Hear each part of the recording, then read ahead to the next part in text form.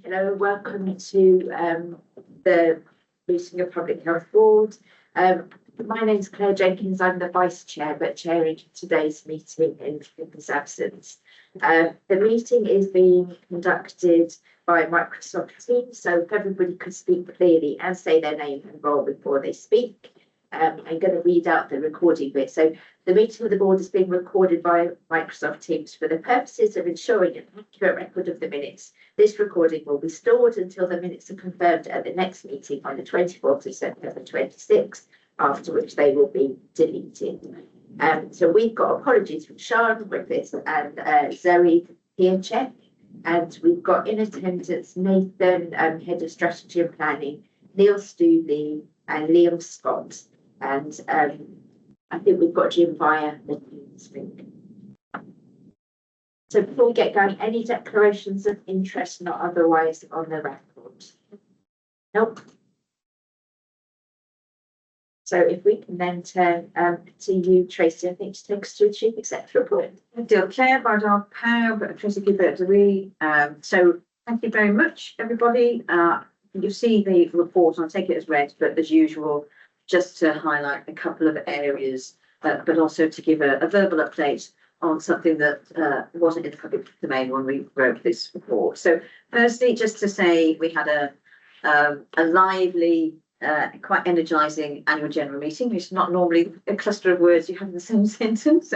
And huge thanks to Steph and to Liz and Paul from the team for all of the organisation that went behind it. We had our AGM up in North Wales, and we had around 30 or 40 of our teams showcasing the amazing work that happens across the organisation. So it was a really great opportunity for members of the board to meet many of our people who were mainly from North Wales, but right across Wales. So it was a really good session. We were hoping that we would have a couple of schools to join us as part of the careers fair. Unfortunately, it was the last week of term. It was difficult for that to happen. Notwithstanding, we did have some young people. So just to mark that.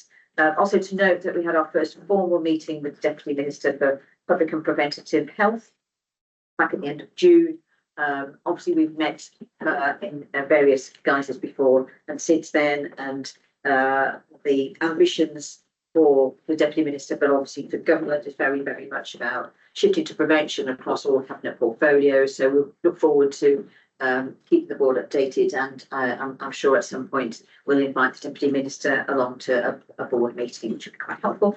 And similarly, item 3, again, in the same spirit of energising and great beat conferences, we had our 2 staff conference events during July, one in Cardiff, very capably chaired by James Adamson and Joe Hopkins, and in Llandudno, chaired by Phil Lewis and Kelly Ward. So we had over 400 of our colleagues right across the organisation in both of those events. And we have Steve Gilbert, who is an external speaker who spoke at both of the staff conferences around his own personal lived experience around mental health.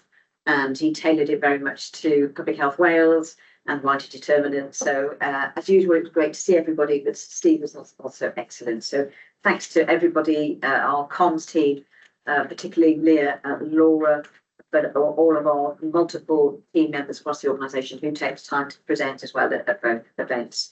I just want to draw attention then to item 6 around vaccine equity, and hopefully you'll see some of the progressive work that the team in our vaccine preventable disease programme is doing. Obviously, one of the key learnings out of COVID was having access to data in order to identify what the impact of the pandemic, but also uptake around vaccination, around different particularly vulnerable populations in Wales. So it's been a real focus of the team. So it's nice to see an update on that coming through. And then I just want to take us to the final item around awards and recognition before I come to Paul around the public inquiry. As always, we recognise the wonderful skills and recognition of our people. I'm always conscious that I probably tend to miss some people out, but 2 of our stars, just to recognise Emily Nandaventa from our Health Improvement Division, and Emily was awarded the Sarah Stewart Brown Award for Public Mental Health by the Faculty of Public Health. So huge achievements to Emily. And then Lewis, so Lewis White is one of our consultant clinical scientists. He's recently been asked as Professor of Medical Mycology in Cardiff University. That's an international position, that's an international role. So not only is it amazing for Lewis, but it just shows some of the world-leading activities that Maine and our infection services deliver. So great recognition and well done to both of them. So I'm going to hand over to Paul, just a short update on public inquiry, and then I'll just do a final verbal update on some organisational changes. So, Paul. Tracy, Paul Vasey-Dewey, Australian Board, Paul Vasey, Board Secretary. So yeah, just a brief update really on where we are with the public inquiry. The highlight of the news really being that on the 14th of July, the Module 5 report, which was the government procurement across the UK in response to the pandemic, was published. That report has produced 11 recommendations aimed predominantly UK government and devolved administrations. Public Health Wales was not a core participant for this module, but we did provide witness evidence to the inquiry to support the work that they had to do. We are mentioned 2 times in the glossary, so it's not a report and the recommendations which drive directly at us, but we are part of the system which needs to work on improving our ability to be ready from the perspective of a procurement and a stockpile perspective. So the report is available online for looking at, and it will now go into our health protection team to be digested with any further recommendations for us to embed to be captured there through our exec team process. Module 6 will be the next report out. That's the report to the care sector, where we were a core participant and we did participate with oral evidence, and we're expecting that report in the autumn of 2026. We don't have a specific date yet. Thank you very much, dear Paul. And then just finally, as I mentioned at the start of this item, I just want to update the board and colleagues who may be watching on some organisational changes that we've announced over the last couple of days. And these relate to our Health Protection and Screening Services Directorate and our Nursing Quality and Integrated Governance Directorate most particularly. So the context of this is obviously we run pivotal screening programmes across Wales that make a difference to people's lives, save people's lives, improve the quality of life for people, reassure people.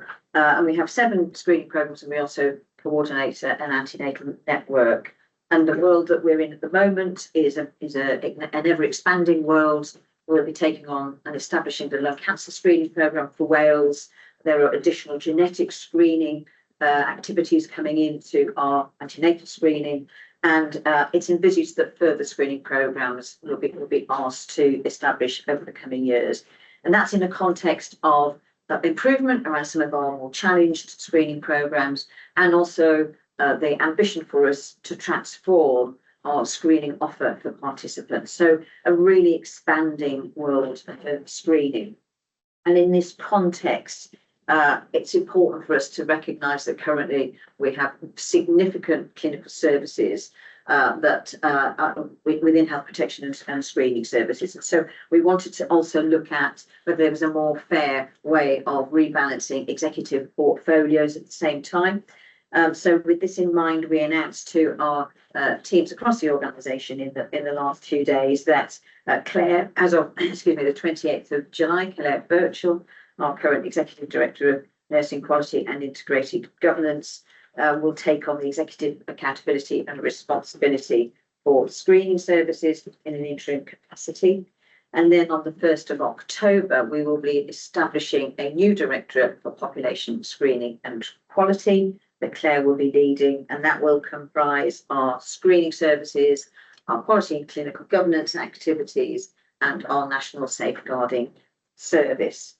At the same time, our current Health Protection and Screening Services Directorate, that of course Meng is leading, will form into a new directorate which is focused specifically about health protection and infection. And that enables us to really point to the future around all threats preparedness, the impact of climate change and environmental quality, whilst providing the strong response to issues, incidents, and our core business. And of course, Meng will continue to lead that and continue in the hat of medical director. That means impacts for our current Nursing Quality Integrated Governance Directorate. And so as a result of these changes, as I've mentioned, the clinical governance and quality activities will transfer with Claire into the population screening and quality directorate together with the National Safeguarding Service. The corporate governance functions that exist in the directorate will move to Paul. In fact, risk management has already moved in the last couple of days, and the information governance element will determine where that moves to in the next week or so. But it gives us the opportunity between now and the 1st October to continue to engage with all our people who may be more directly affected through Claire and Meng's leadership through that transition. Also for us to spend some time in disentangling and establishing the new directorates, changing directorates. And finally, I just want to say a massive thanks to Meng, who has over the years navigated and put forward, supported, been very loyal and driven through all of our screening services and presented at many meetings at this board meeting. So thank you so much, Meg, for all of your leadership around screening. And obviously with that handover of, I'm not sure what I'll use it, is it the throne, not the chalice, over to Claire as exec responsibility. It also helps rebalance because it's a lot for one executive to lead with all of those services. And so thank you to Meg, but also thanks to Claire for taking on the responsibilities as well. And so in the next phase for us is continuous engagement with everybody and working through the practicalities of those organisational changes. So I'll stop at that. I don't know if Meg or Claire wanted to add anything. Simply to say, it's been a privilege to lead the screening function within the organisation. Clearly, this is so impactful. So why wouldn't we take the opportunity to work as an organisation to ensure that we continue to deliver the best services that we can? So, we couldn't have asked for a better exec lead for this with your experience, Claire. So really, really good to see this. Thank you, Meg. Thanks, Meg. Just from me, as I mentioned in the private board, just really grateful to both our teams. The work that we've done this week could have been really tricky in terms of these changes, but we have done it with engagement, and there's still a period of listening that we need to do. But there was a real tight and will from those that we've spoken to for this to happen and work really. So just really proud of both our teams really and how they responded to the ask. Thank you both, and just a thanks to Leah and Kaz, who've been really helpful with all of the communications on this. So I'll stop at that. And back to you. All right, yeah, thanks. So open for comments or questions.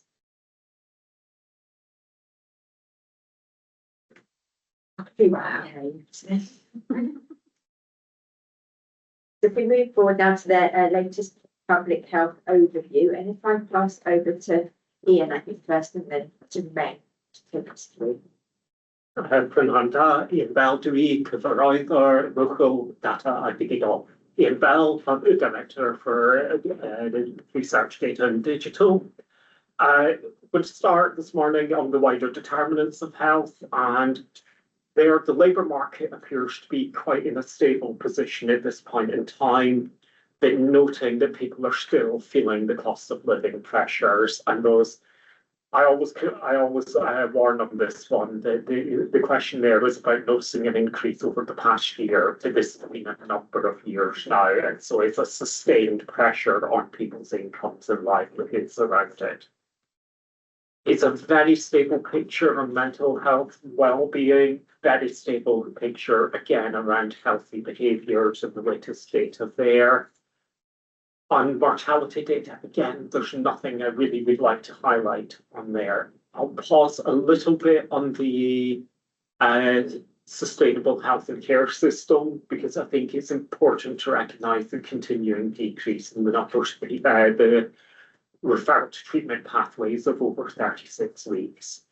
I think the important caveat I would look at is when you can focus at the very high end of the scale, it often means that not much is happening for the average. And if the average isn't shifting much, then for the vast majority, it may not be improving the healthcare, and there's more to do there. We have been working closely with the Chief Medical Officer around work on healthy life expectancy and waiting times, which we presented here. And that is forming a part of the 100-day commitment, so it's going into that. So, and I will share the latest update once we've got it with board members. And I will finish around the communicable disease section. I think the antimicrobial resistance, last time I was a bit worried because there was a slight uptake, but it appears to be more as a stabilisation after a number of years of coming down, which is good news in of itself. I think the main bit to highlight is we talked about it last time as childhood immunisation data, and again that remains below the target levels we have around it. And it's a particularly challenged environment where I know the team are doing work, and Tracy just mentioned some of the work in equity in the chief executive's update. So I think overall there is not significant change across much areas of the latest iteration of the dashboard, and I'll hand to Meng now because they've finished on his area around it, and I know he may want to add some bits on latest issues as well. Diolch, Ian. Mewn cod dwi'n gyfarwyddo cenedlaethol gwasanaethau diolch iechyd a sgrinio. Mewn cod, I'm the National Director for Health Protection and Screening Services. So a couple of things I just want to update all on. First of all, around the Ebola outbreak in the Democratic Republic of Congo, where the cases continue to increase. We now have, as of Tuesday, 3,262 confirmed cases, and the mortality rate, unfortunately, is high, and there have been 1,437 deaths associated with that. There's not been a change to the geography, so much of it is contained within the DRC, and the success of contact tracing has been fairly significant, which means that we are able to continue to control transmission. And clearly, there are ongoing trials about successful vaccine, because this particular strain is not amenable to the existing vaccine. So the trials are ongoing, and hopefully will turn around an effective vaccine to further control transmission. We are watching very carefully and working with UKHSA to understand the risk to people in the UK, particularly Wales, and we don't perceive any immediate risks, particularly from any returning health workers to Wales. The second thing I wanted to update on is people will be aware of the wildfires that have taken place across Wales over the period of the heat waves that we've experienced in the month of July, which reportedly is the driest month for many years. So the wildfires continue to cause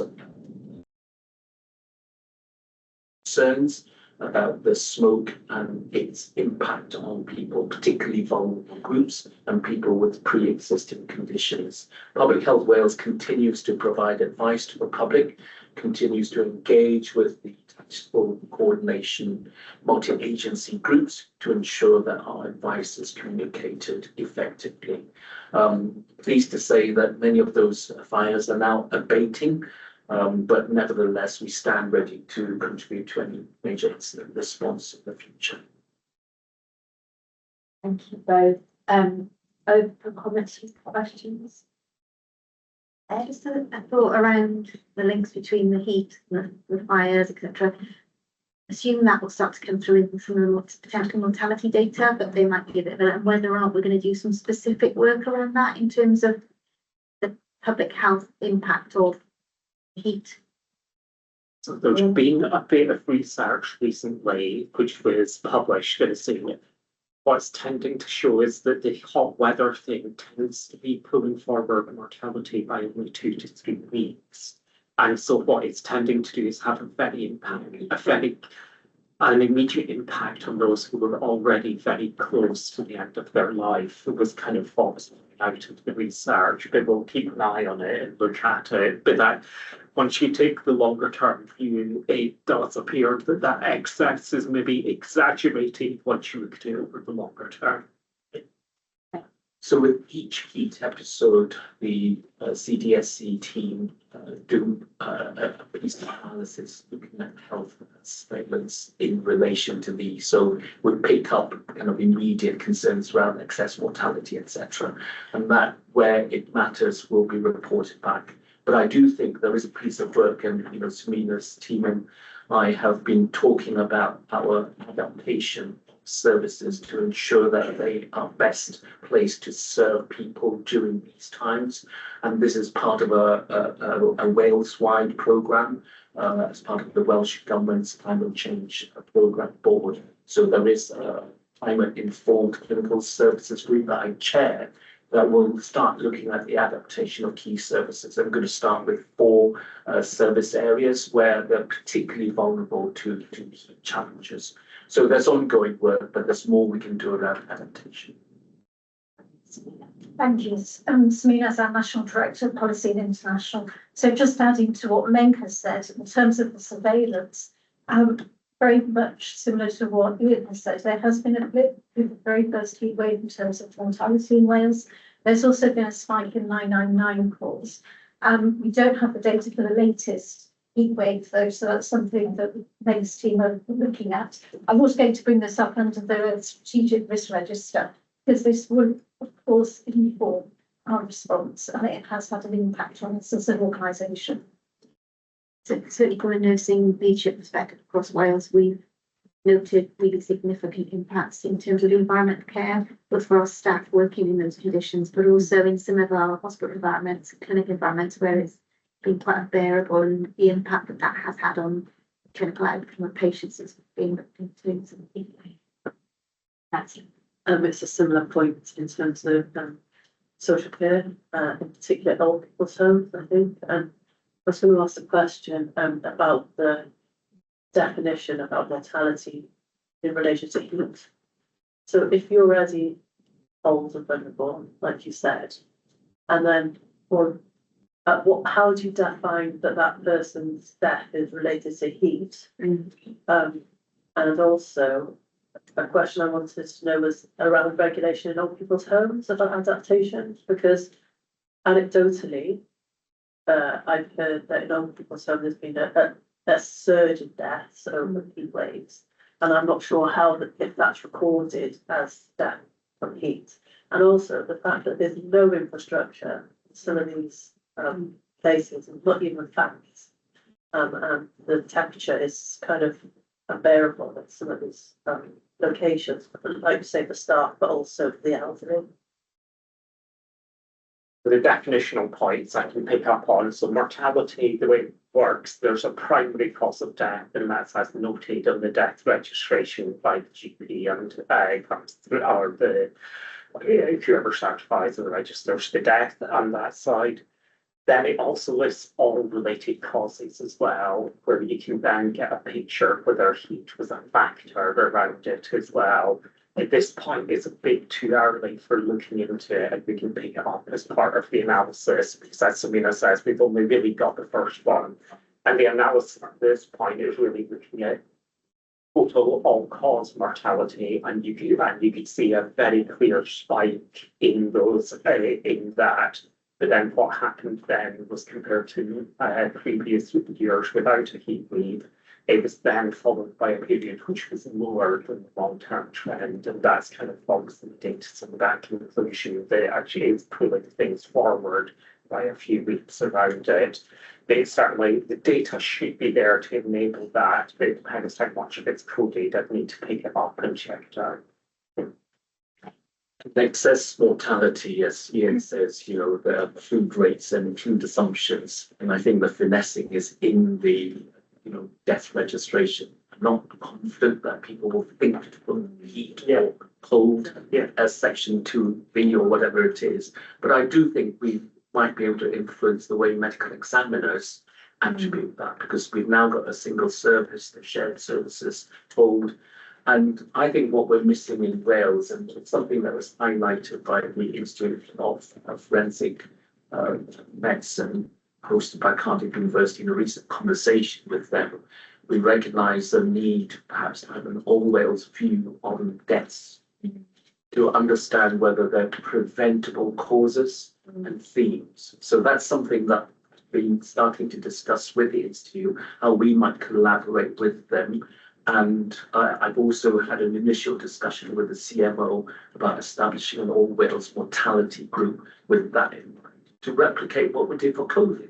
Because in COVID, we met monthly, we checked in with the medical directors to ask about COVID deaths and to understand whether there are any themes around prevention that we could. So that's ongoing development, and excess mortality from the heat waves will give us a starting point to have some of those discussions.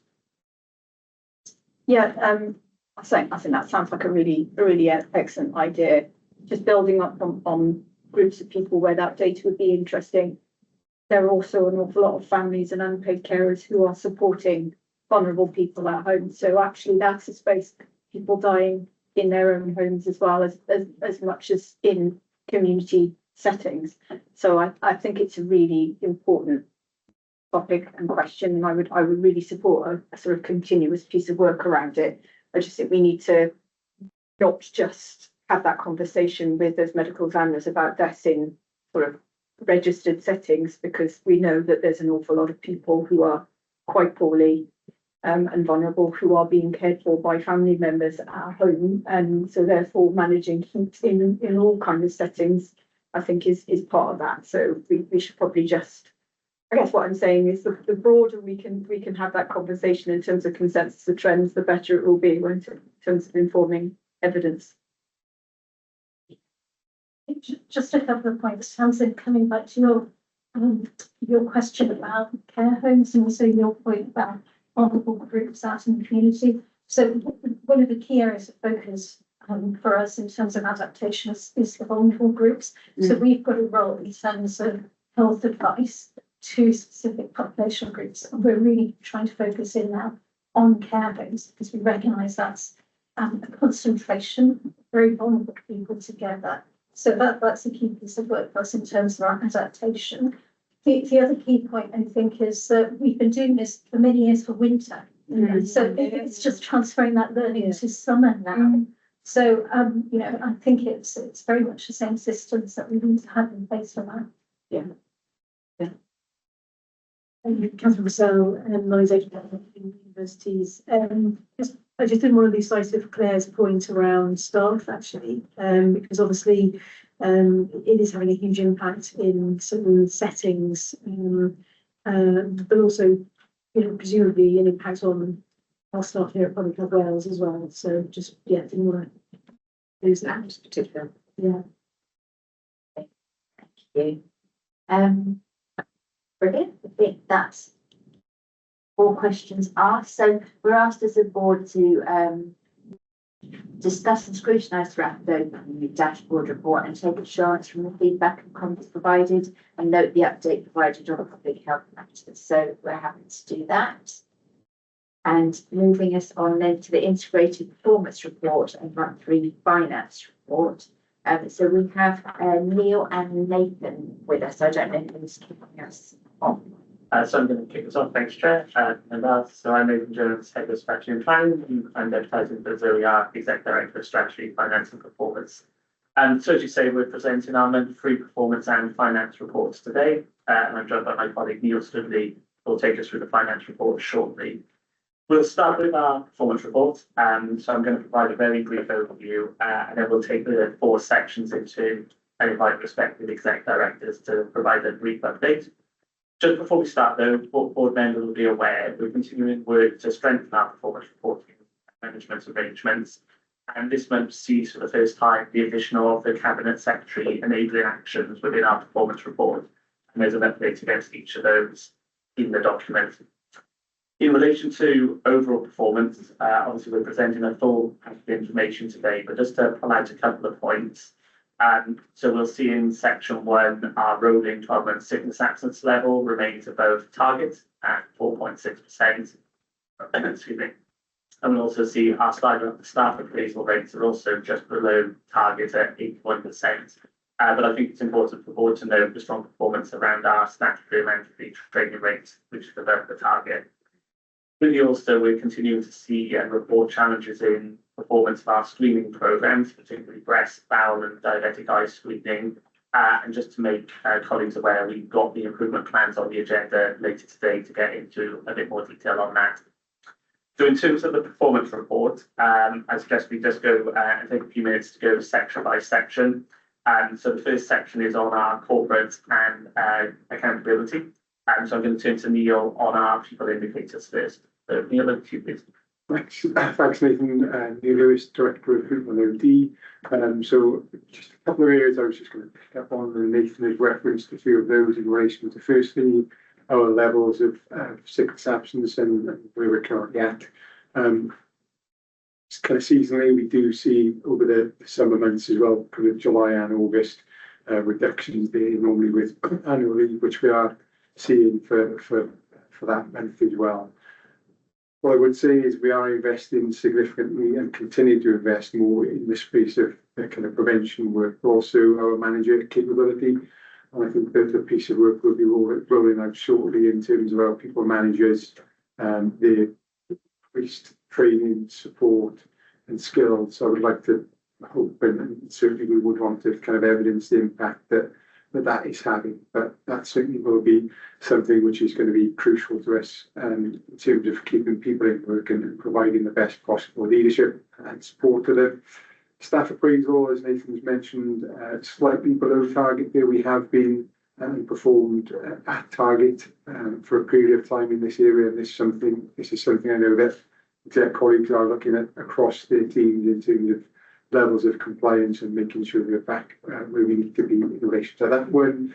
And then finally, for me, just in terms of agency spend, we are absolutely moving in the right direction, and the scrutiny that we've got in place there in terms of agency spend is absolutely having the desired effect. And we'll continue to look to drive down those levels with the ultimate aim of reducing that kind of more significantly wherever possible. Obviously, specifically in terms of the admin and clerical areas, but lots of work happening in that area and a continued scrutiny in these areas across the people metrics. It's back to Nathan, but we're happy to pick up any questions. Thanks, Neil. So if colleagues are happy, I'll carry on going on and get questions at the end. Yeah. Want to do questions through each one? Are there any questions on the first section? Oh, sorry. Yes. Thanks. So just before we close that off, I'll just invite Paul and Claire to come in on any specific points they'd like to highlight under section 1 as well, please. So on the corporate governance update, the only thing I really want to bring to the board's attention is our movement around corporate policies. And it's a good trajectory. So the last time the board met and considered these metrics, we were 39 policies out of date. We're now at 32 with 12 in hand. So it's a metric that very much is going in the right direction. Other than any questions on anything else in the report, that's all I wanted to highlight. Nothing specific from me, really. The indicators you can see there are sustained in terms of some of the improvements we've put in.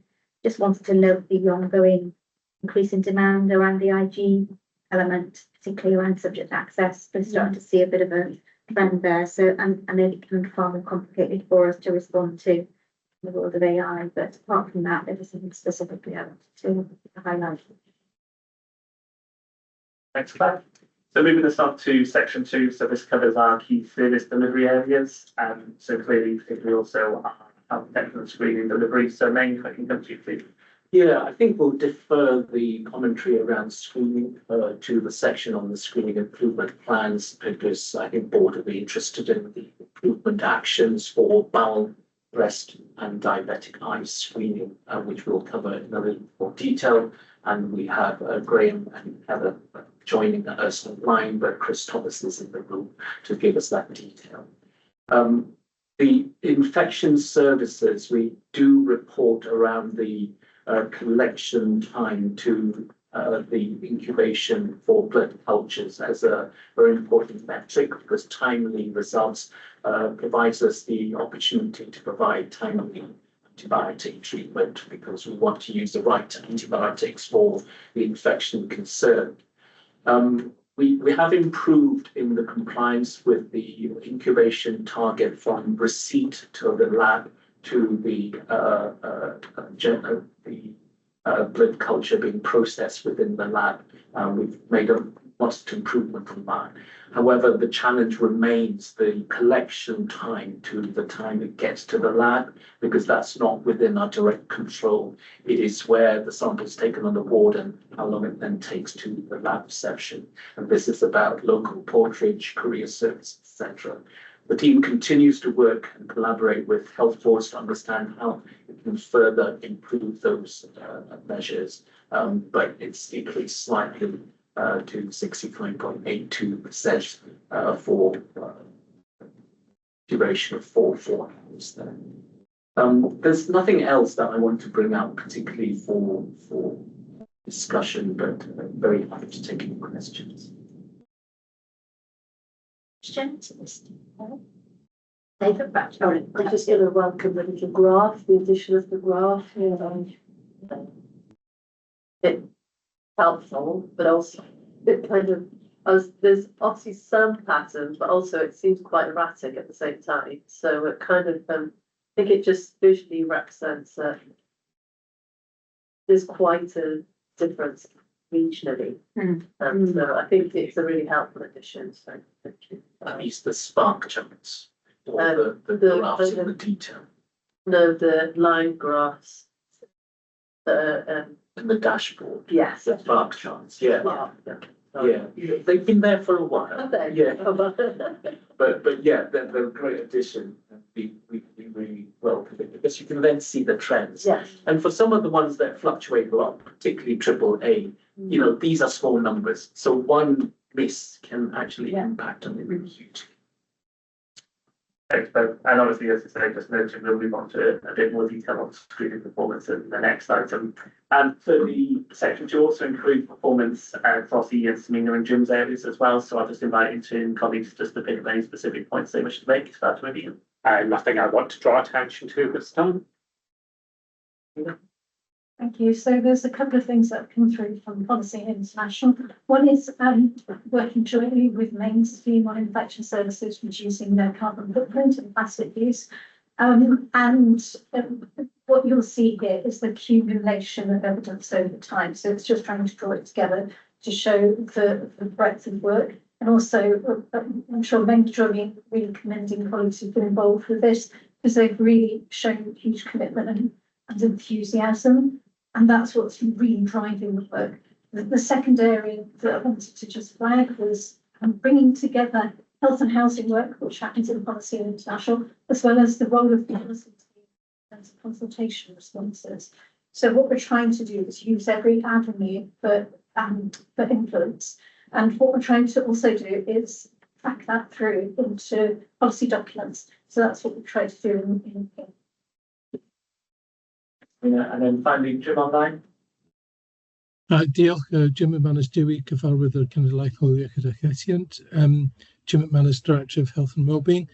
A couple of things to point out. The first is that obviously, because we have a number of programmes in our directorate, you only get some of them with each performance report. And that's the first point to say. You can see that we continue to work on young people quitting smoking, and that's not the only thing we do with young people quitting smoking. But slightly further down that slide set are our statistics on Help Me Quit. You can see we continue to increase the number of people making their attempt. We continue to perform well on that. There was a dip that we reported last time, which was because we'd done a number of training and had a number of systems issues. It was a slight dip. We've recovered from that. And we are still performing well above target on those programmes. Just turning to the whole school approach, we're in another year of work with Welsh Government on this. I would say that there are now only 25 primary schools in Wales who are not action planning. So every other school in Wales, secondary and primary, is action planning and will have an action plan for the mental health and well-being of their children. We've hit the targets, we've hit the ambitions, and I think that programme has done well, which is why we've continued it for a year. The final slide you'll see there is the National Exercise Referral Programme, where I think demand continues to outpace the money that we have to run the system. We would like to do more on this. We're working, as you know, on building a pathway after you come off the programme, but also we're scheduled this year to do a review on, why some people get referred in and then don't complete it. A number of areas have brought in brand new equipment. Most of this is delivered by local authorities, so that a wider range of people with a wider range of conditions can use it, and that's going well. But I think this programme could, with some investment, deliver much more for Wales and much more on our prevention ambitions. So hopefully we're going to continue to improve this, but this could make a step change for Wales. And on that note, I'll finish by saying that last year we took to QSIC a report on how we were embedding our quality approach across health and wellbeing.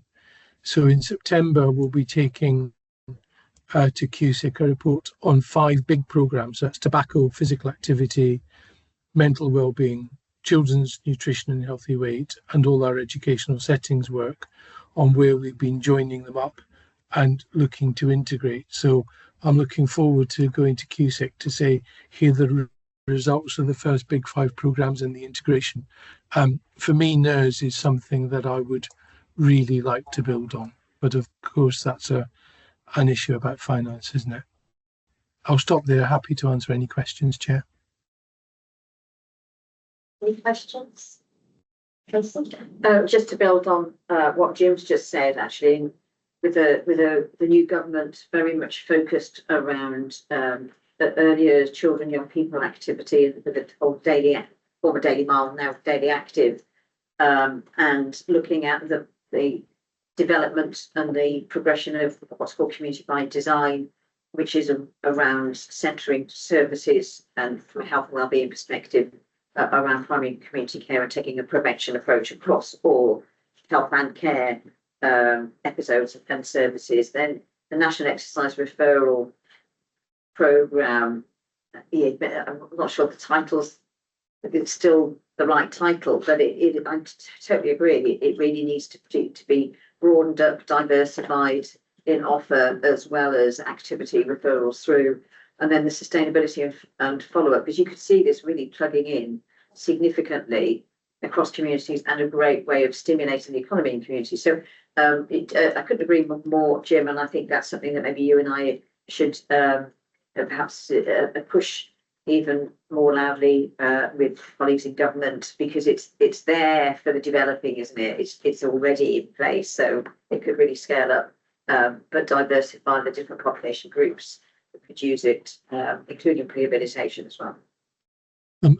Absolutely with you on that. I think there's lots we could do. As you know, we're already building work relationships with Sport Wales. We're already working with them on Daily Mile and Daily Active. We've got the £8 million obesity pathway programme now. I think a whole physical activity pathway for Wales end to end is the way to, I couldn't agree more, is the way to go.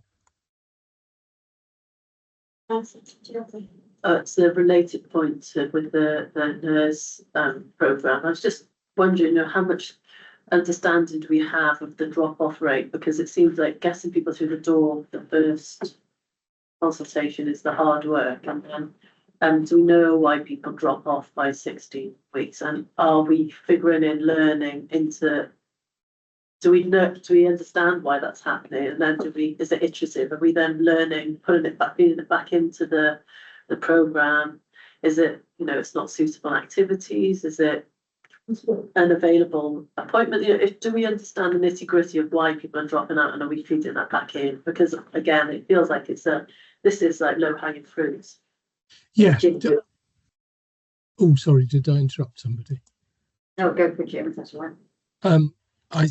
Yes, I mean, I think there's a number of factors. One is that there are some people for whom this type of exercise, they don't want to work in a gym. There are others, I think, communities where there are sensitivities around that. There is an issue about the local authorities can't deliver the volume that they'd like to. And sometimes the supervised qualified people just can't take the volume. So people get get tired of waiting and go on to something else. There are groups of people who have a relapse in their condition that means they can no longer do what's on offer. So I could go on, but there are a number of things that we're already feeding in. But what I would like to do is actually work, as Tracy says, on a step change of this, because I think there are solutions by things like local sports partnerships, or even by using school community gyms where we could get people doing things like walking football. So we need to look at this as one bit of a programme, not the total offer, and we need to join all the offers up to make it much more easy for people to opt in when they're ready. And I think the learning we've had from the OPIP, the PIPIN pilots with children and families, has been that where you map activities and actually ensure there's a variety of them, people will find stuff and go in. And I think that's what we need to do here.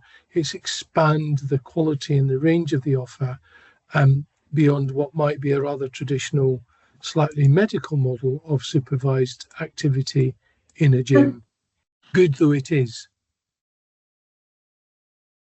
Just a very quick point that for the group of people with that drop off, because that is quite stark, and it's always been quite a big drop off. And Jim very helpfully breaking that down around kind of some of the causes of that.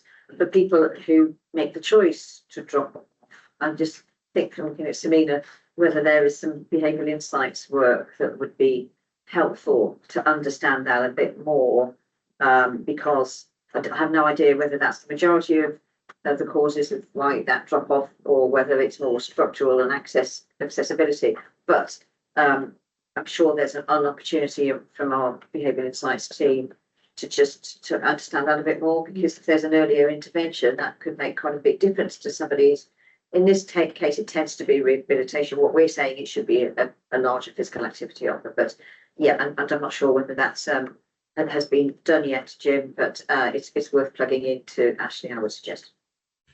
Absolutely. So we are doing some work on that. I think the other thing to say is that, we've rolled out the basic psychological skills for motivation with HEIW as a joint package. I think there is a specific psychological patient engagement module that we need to develop and run with the local authority exercise referral staff. And I think there's also some social marketing solutions in there too. There's a successful programme in Southampton that I think we could copy. Yeah, Liam Scott, Sliding board member. It's great to hear Jim's comments on the variety of actual provisions going to be looking into. I suppose the question isn't, Samina says there's no such thing as a silly question, so I'm going to ask my question. But I think it's ultimately who will be sort of responsible for coordinating and aligning that provision. Is it a Sport Wales, is it local authority, or is it Public Health Wales, or is it a collaborative approach? Because I think we often see lots of good provision out there in different places, but when it tends to fall down, it's just that coordination of the opportunity. So I suppose the question is, where, again, maybe been answered previously, but where do we see that responsibility sitting? So I think the beauty of the current system is that this would not work without the 22 local authorities, because they do the bulk of the heavy lifting. What we do is national coordination, coordinating the money and the grants, the national referral system.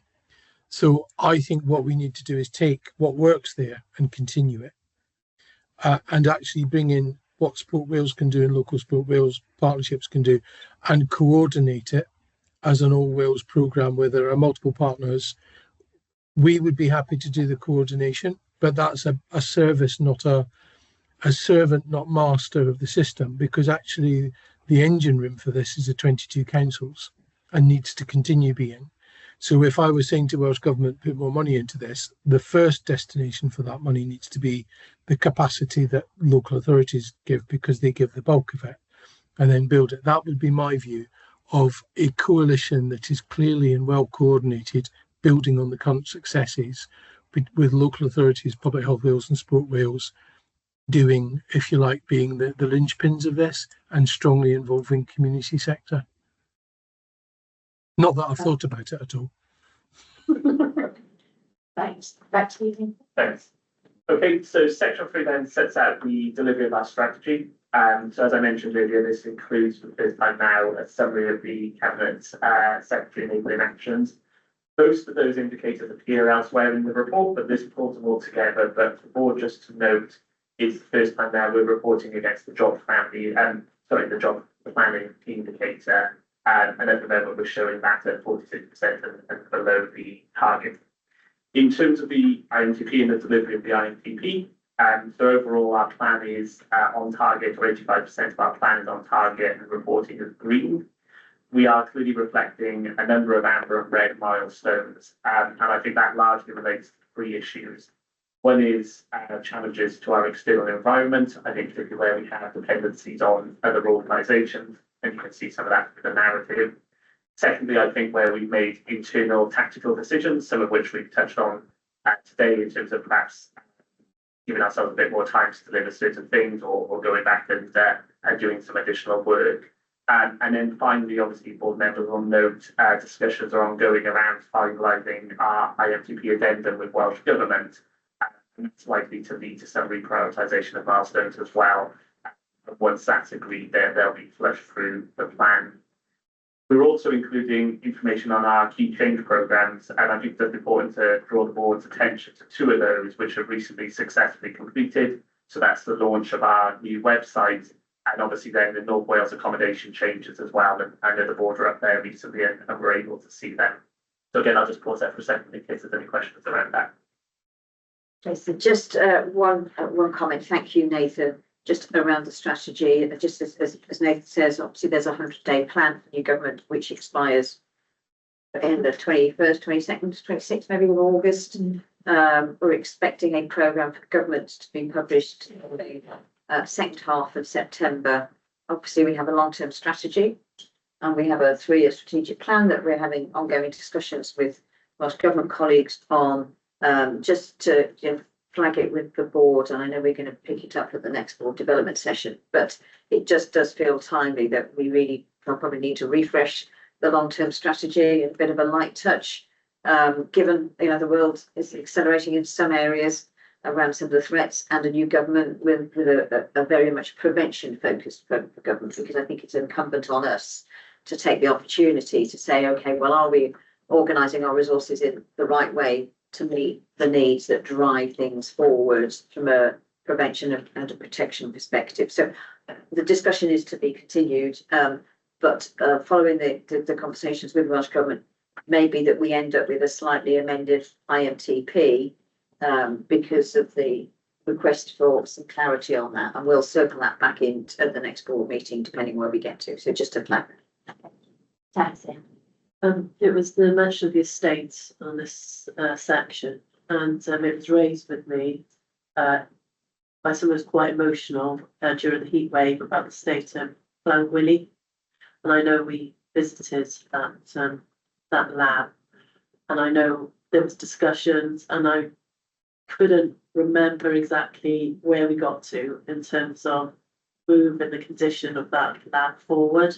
Because I felt like we were in a bit of a kind of circular trap with it. But anyway, I just wanted to raise it at this point because I don't think we cover estates off anywhere else in the agenda. I'm going to make Still in the circular trap. I mean, this is part of that kind of service-wide review of where we want to be and how we get there.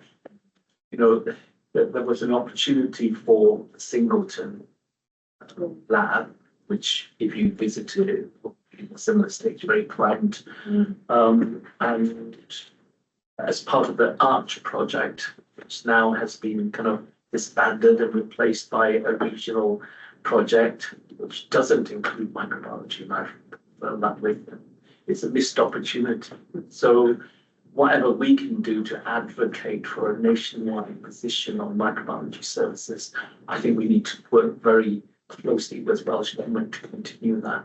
I mean, I know they share our vision for a single service across Wales, but I think these are issues that are not fixable in the short term. I mean, I just feel it's quite difficult when you're approached as a board member and asked about these things, and there is no, I don't have any kind of response. I mean, it feels like you need to have some kind of, even if it's a long-term plan, that we can have a response for people.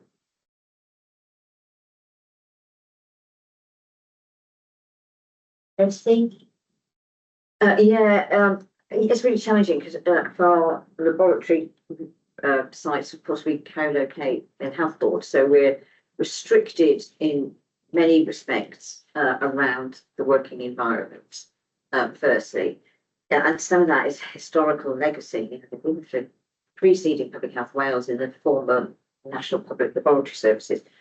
So I guess a couple of things. We talked earlier this morning around what I call spatial strategy, which is what do we have where and what are the ergonomics that connect it together.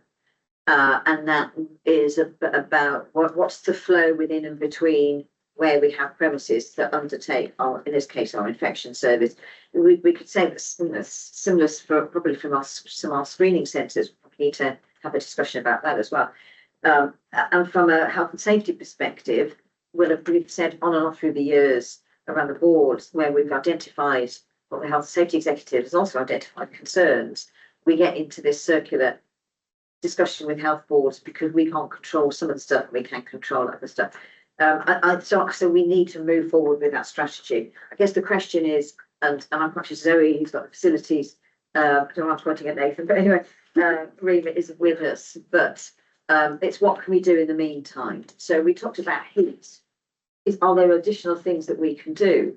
Because the labs are really hot, very, very hot, and they tend, some of them are very open or exposed to sunlight coming through, UV rays coming through anyway. So is there something that we could do to try and mitigate the seasonal environments for people? That may be something. But in a situation where the fiscal and economic circumstances are so tight, we're going to have to think very innovatively about solving this because we are going to have to solve it. Least of all, we also talked about new technologies, automation, AI. What does that look like for the platforms and equipment that we use? Some of our centres may not be fit for purpose for where we need to take that. So it's what can we do in immediacy? Are we doing enough? And then accelerate the strategy, I would suggest. I'm happy to take that as an action to feed that with Zoe around the facilities. Because there's a couple of them, not just our infection service, I would say. That's good. I think we've previously had the conversation about maybe looking again in the future about that national, what should it look like, and then second to that, what does the spatial plan look like? That'd be really good. Sorry, I've got Nick, then Catherine, then Men, and then I really need to get back to Nathan because my chair is gone. Thank you. I made 2 points from this session. We've got one from the appendix A. I see this is on our milestone delivery. I noticed all the milestones are moving out substantially by 9 months. And it's just not one to let it pass because originally they had 6 months in the year to deliver. Now we're giving them another 9 months on top. I understand some of them got reset, purpose. It just seems like quite an extensive shift out to the right. And maybe because of coinciding with other workloads, it would be nice to understand why that is such a dramatic shift in the milestones. The other one brings me back to the consultant job planning, which we had a bit of a conversation about at the previous board. Looking at this, unless someone tells me they've got a plan up their sleeve, we're accepting that we're going to miss the target. And we recognise this is a moving feast, because all the time we're not getting there, someone else is dropping onto the list of having their job plan expire. And so it just feels like the progress hasn't been there.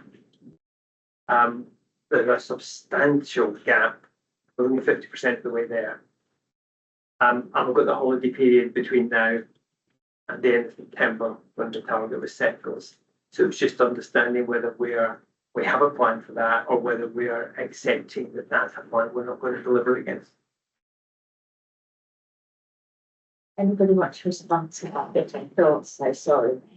So specifically on job planning, this has been an uphill struggle for many years. And before I arrived, there was no system for collecting information about compliance.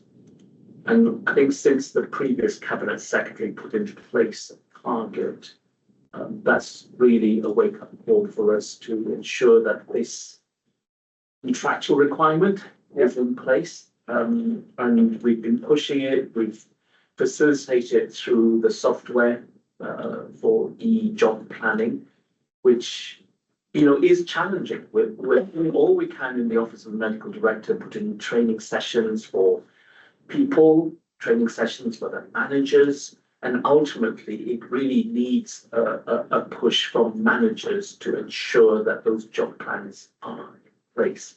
And we'll continue to do that. We've got, you know, warning letters, etc., in the system.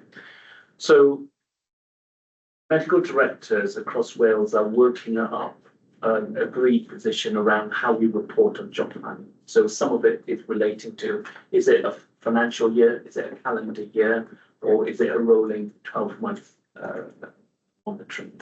So that's to be decided. And once that's out, we will use that as a tool so that we've got a consistent way of reporting it. But, you know, other health boards are in a similar position. So when benchmarking, I don't think we're very far off from other health boards. We've got a small number amenable to this. What we aspire to is that our consultants who are not doctors are also subject to job planning instead of my contribution, recognizing that it's not a contractual requirement, but because of consistency and comparability, we want to also apply that. I think there is something people who know Dee and maybe Neil can note this, is how we report and measure on it, because I think the denominator is a bit lost when we talk about my contribution, when we talk about job planning. So I would like to see that our dashboards are very clear about the numerator and denominator for my contribution for job planning going forward. So we've got accurate down, because I think some of that's lost in the coding. So once we've got a better readout, then we've got more confidence in the metrics that we're reporting. But it is something that we know we've got to do a lot more on, but short of pushing it at the management level, we've put in all the support that we can, you know, one-to-one supports from the team and also training sessions. So, probably for colleagues who may, and apologies if you do, who may understand, so there's two aspects to this in my head. So one is absolutely the numeric of, are we getting people a job plan? So I look at this organisation as an organisation, I think that we churn out, got the man in the room, amazing plans for our organisation. Job plan is how we enable our plans from our consultant body. And it's about making sure we have a tie from our plan, because it is about where you as an organisation decide what you want from your clinical body and how you contractually secure that for us. And we know that part of our challenges and some of our other programmes is not necessarily for us, but our health boards particularly, but also for us, how you secure and know that you have plans that align with your business needs, your timetable and everything else. So the evidence of not having the process of having a conference around the job plans reflects back on our confidence that do we have a workforce that's aligned with our requirements as a business. So it's not just about chasing a number for numbers sake, nor for the contractual obligation, as you rightly point out, that we have with them. So for me, it's the thing about where do we get the confidence here, or do we have a plan that delivers us something that secures our delivery plan through our workforce in an appropriate way, because that's really what we're trying to chase here, rather than just making sure everyone has to tick in the box. And I'm sure you recognise that. It's just make sure we all get the importance of why this is a very key metric for us, and is a key part of why the Cabinet Secretary, the previous Cabinet Secretary, flagged this as something to be underpinning event for it. So it's just concerned you can't fix it overnight. So I'm not saying you're saying come up with a plan for September, but I'm recognising that we need something that gives us the confidence that both we have that linkage through from the great work that we do at a planning stage to the confidence that we deliver, because I think that also might give us a better narrative with some of our health board colleagues around some of the elements where we're highly dependent on them. Totally. I think job planning as a tool is best suited for predicted activity like theatre lists, patients, etc. And that's how it's done. So describe what you do on a Monday morning, describe what you do on a Monday morning. For public health, and I would argue for clinical microbiology, we don't work in that way. You know, no day is going to be the same. So trying to codify that activity has been the challenge. So how do you annualize that activity and make sense of it? And the tool allows you to work across a team to understand what are the outputs you expect from it. So as a tool, as a contractual tool, it's great for productivity from a, you know, counting the number of widgets, number of theatre lists, number of, you know, operations that you've done. But actually, the reports that we publish or the analysis that we do, it's not similar. So that's been one of the challenges in actually getting our clinicians to align with that way of thinking what we do. But we did a lot of work in consultation with our doctors and consultants to actually codify what those activities are. And we've got a very comprehensive list of those activities. And hopefully that describes, but I think it describes the work. But I think the challenge is about the annualization of that across the whole year and understanding what it totals to. Some things you can and predict, some things you can't. I wonder, just because I can see this would be a deep conversation, whether I'm looking at Townsend, whether maybe this is something we could take to PodCon and maybe do some further work on. And also because I'm obviously running behind. So Catherine, have you got a question? I do have a question, maybe I can stretch my hand. Very clear. Yeah, so we're at the final section now before we hand over to the finance report. So just an opportunity to read anything you want to flag on the final section around outcome measures, please. So I think I will flag that a number of the indicators are very out of date and need reviewed. So we picked up an action through execs for myself and Jim to look at those because they're particularly on health and wellbeing indicators. I think the second stage of this is the bit that Tracy keeps on nagging me about, is we've yet to systematically embed this in so that across the strategic priorities, we're looking at how we utilise the outcomes. Because we've got the performance data there, and performance data might be going in the right direction, but actually the outcome overall isn't. Do we understand that? How do we do it? Myself and Zoe are picking up that bit of work over the coming months and how we embed it in terms of strategic priorities. So that's kind of the key messages I wanted to give. In the detail of what is there, I think it's really good that we now have the primary care data for children, the school dashboard for primary school as well as secondary school children, as that enables significantly more outcome measurement for us than before. I see questions. No.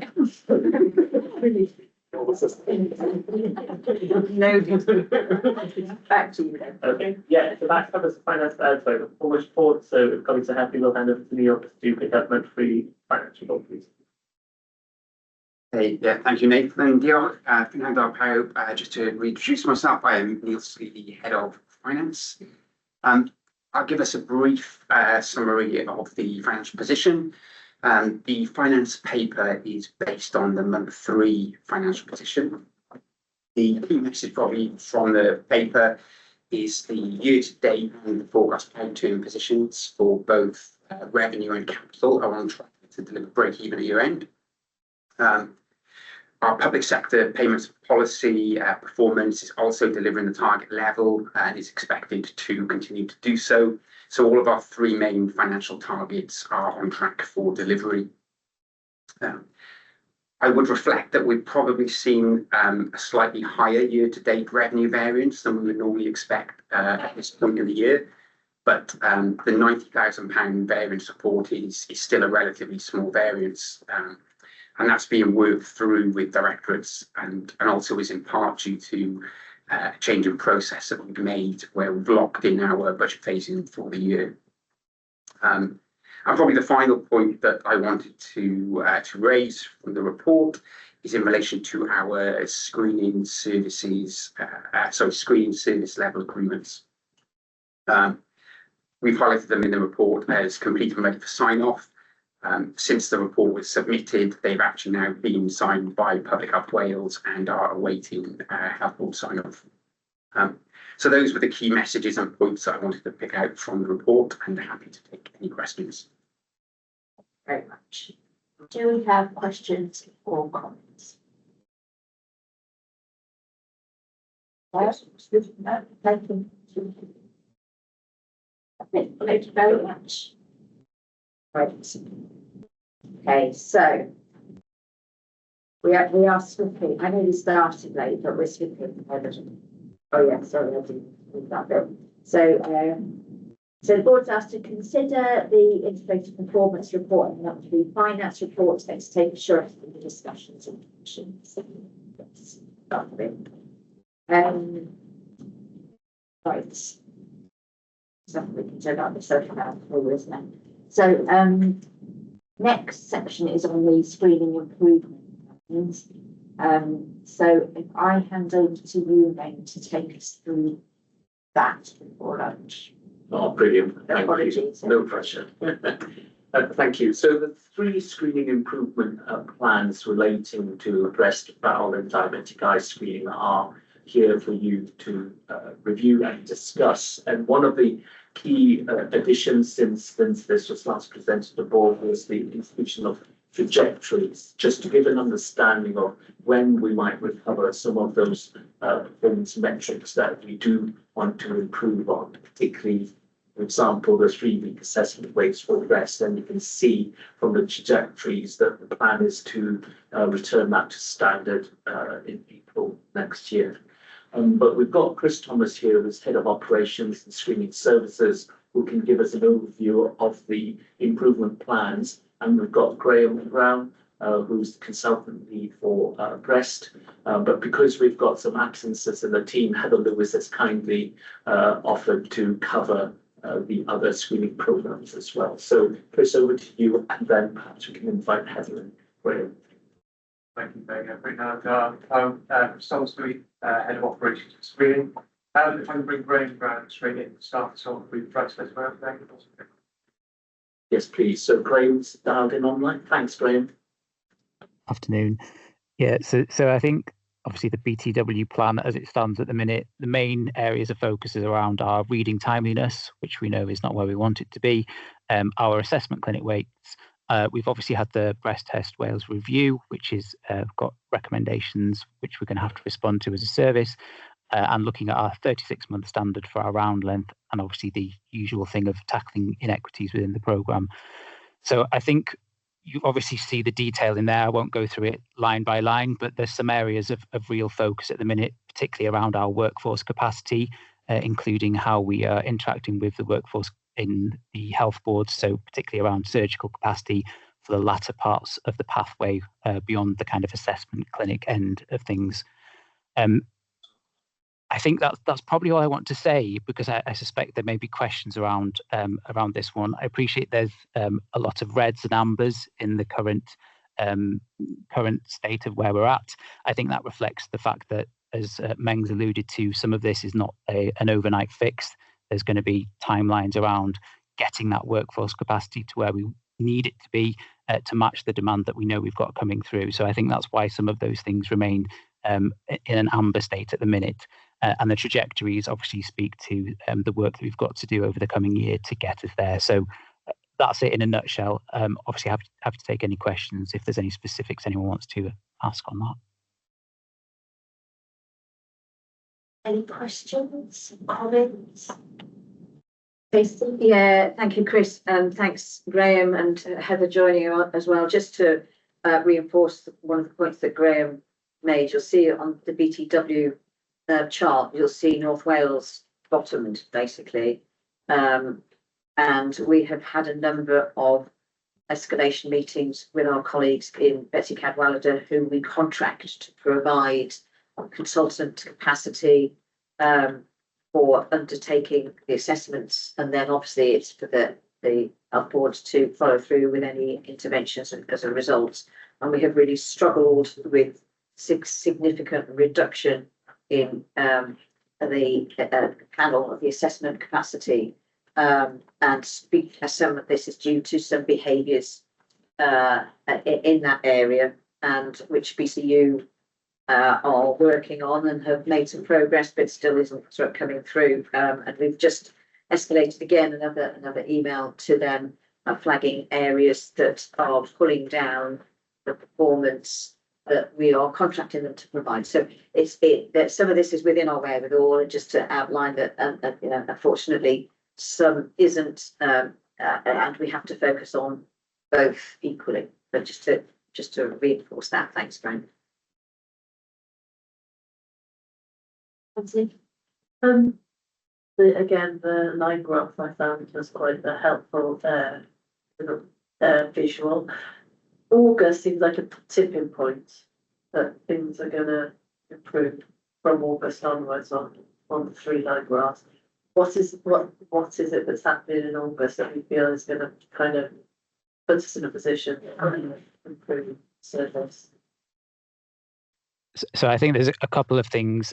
I think some of the downward dip prior to that reflects where we're at with just annual leave, the summer months pressures, just people taking time off as they're entitled to do. So it gets us over that summer blip, as it were. But I think there's a couple of other things around. We've got additional readers coming into the capacity to support with we'll obviously increase the reading timeliness.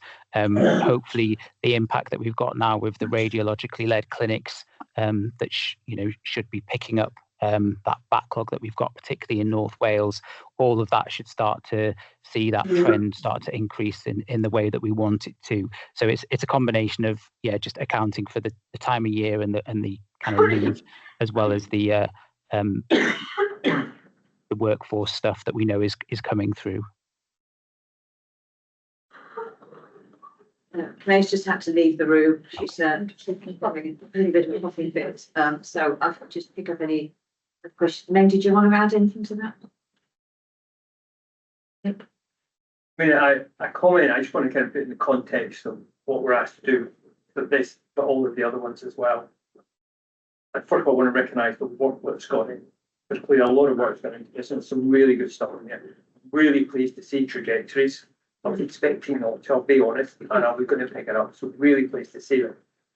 My comment is that what we see in there in the reports, but all of the ones we're looking at today, I don't feel what I see is sufficient to give us a confidence around the trajectory. So I think it's a great start, and I can see why we're doing lots of what feel like the right things and good things, but they don't feel like enough to get us to where the trajectory goes. So if we can achieve those trajectories, fantastic. And I think that should be our aspiration. My worry is that what we see on the paper today isn't enough to get to there. So when we're asked to be assured, I feel more assured that we have a grip and we have a way to go forward. I feel reassured that there's a commitment there and we're trying to get there, but I don't feel assured that we have a plan that gets us to the end point, would be my summary. And I think this one probably sets it out better, but I feel the same for each one of them. It's great work, great start. We haven't yet got the story, the narrative that gives us the confidence the end point can be achieved, but we can certainly believe that it's going to bring some upturn and some improvements. And I think it will certainly feel better for the services, but will it make that difference for the patients? I'm not seeing the linkage in this, would be my observation. So I will bring Chris in, who will have the detail, and Graham and Heather as well. In terms of deriving these trajectories, you will remember in our recovery plans that they were linear. Yes, we asked the question, why are they linear? Life doesn't happen like that. So I think we've come some way because these are not linear. And I think underlying each of these will be a narrative as to why I think it's August, why we think the upturn is where it is. So Chris, do you want to add some flesh to that? Yeah, thank you, Of course, these are summary papers, and we've been a considerable amount of work and we need to get to where we want to present the trajectories forward. What's not included in the papers, and we'll probably go in the next report cycle. It's actually 2 operational dashboards that have been built, one in Breast Test Wales and one in diabetic eye screening, and that brings that operational data before the whole of the team to look at on a weekly basis, on a monthly basis, the short and long-term trends. Then taking the feedback from the board development session, those dashboards are the precursor to the balanced dashboard we talked about back in North Wales. So the next phase for breast and diabetic is to pull in workforce data, sickness data, and triangulate the operational level with those balance elements. Of course, then building the same dashboard in Bowen and using all the data we have. And of course, we can share that with the board in the next report. It's like there's a huge amount of information we're trying to draw out and then produce some of the report for Meg at Director of Finance. So I just say that kind of comes across, and I really welcome that. I think that's great, and I understand the amount of work that we put into that. That gives us an ability to measure. What I'm not seeing is the change of transformational items that will create the endpoint. And some of them are quite explicit. You know, being absolutely fair to you, you have on some of these reports been very explicit about this is about it's only going to get us there. But the question is, when will we have the picture that tells us with confidence we can get to the input? So the monitoring and all the rest, absolutely fantastic. Really welcome it. And I think that is about you putting in the right team, getting the grip together and the oversight. It's when do we get confidence we can achieve that end of that graph, and that's the bit I don't see a direct connection on. Sorry.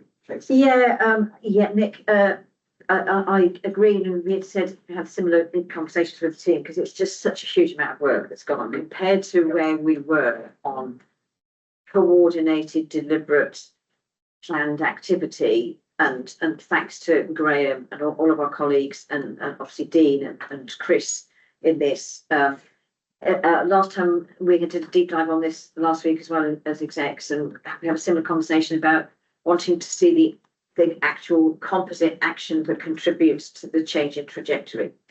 So that we're saying these actions will contribute to this incremental increase because, so that they're not two parallel universes. So I think the next phase of this is being really clear, because if we can't quantify in performance the impact that an action has had, accepting some actions are around building to actually drive, but it's still accumulative. So it's just making sure that we are much more reconciled. We've got a trajectory, we look back to say, well, the actions get there. And we also look at the actions to say, will they achieve that trajectory? So we had a similar conversation. So hopefully as this progresses quite quickly, we're going to be able to see exactly your point, because I think we would agree. So and the next phase, I think, Chris, it's going to be easier to do that. Plus, there's been a acceleration of actions that we also need to say, well, did they achieve what we set out to achieve? So do we have to adjust this as well? So yeah, that's helpful.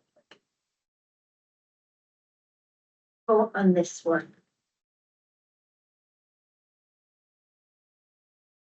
Which case we move on to bowel screening. And I think, Graham, you're closest to this. So were you going to cover this as well, or was it Heather? It was me, so I'll crack on with that one. So similar to the Breast Test Wales plan, this improvement plan covers, this one is predominantly focused on one key objective, which is around our colonoscopy timeliness. So we know we've got a standard within Wales that we would like to achieve.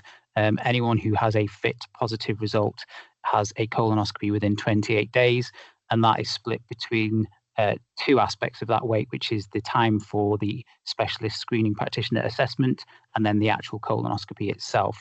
And both those elements are delivered through the health boards, through obviously a long-term agreement that we've got with Public Health Wales. And I think it's fair to say that the timeliness of that aspect hasn't met the standard for a long time.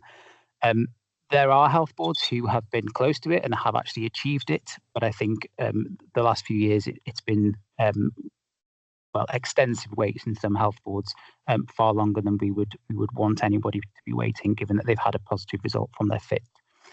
So the Screening Colonoscopy Improvement Programme essentially looks to work with the health boards. It's a collaborative effort to put a number of work streams behind this, basically to improve the workforce capacity, to look at where there are constraints within that pathway, look at where there's local work that they can do to remove the reliance that we've currently got on things like insourcing, and where there are other demands within the health boards, and to try and get that standard met across the board. So again, I won't go through the detail. I'm happy to take any questions on this, but that's the kind of ethos behind it. I will say at this point that there has already been improvement. I think just having the focus and bringing the health boards in a kind of collaborative way around the table has already resulted in some of them getting very, very close to meeting the standard.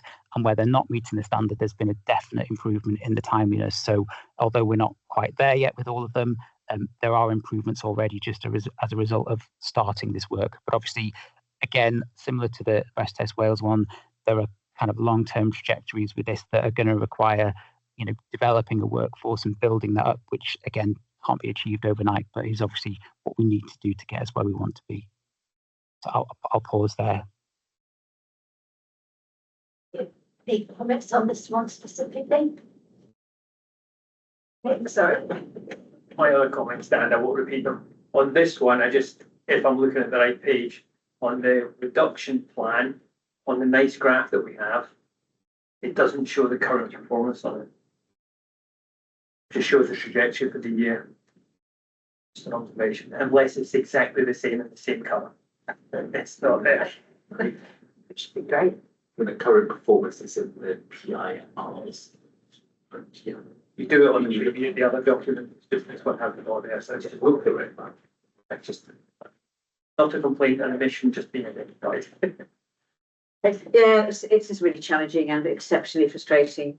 Our end of the journey, the beginning of the pathway, yes, it's consistently high performing, but that's irrelevant if you're a person on the receiving end of needing a colonoscopy. Yeah. And of course, it's a commission service, and so we've explored everything from looking at expanding at insourcing for us to be able to tap into, but the insourcing is pretty much keeping health boards going at the performance that they're at already.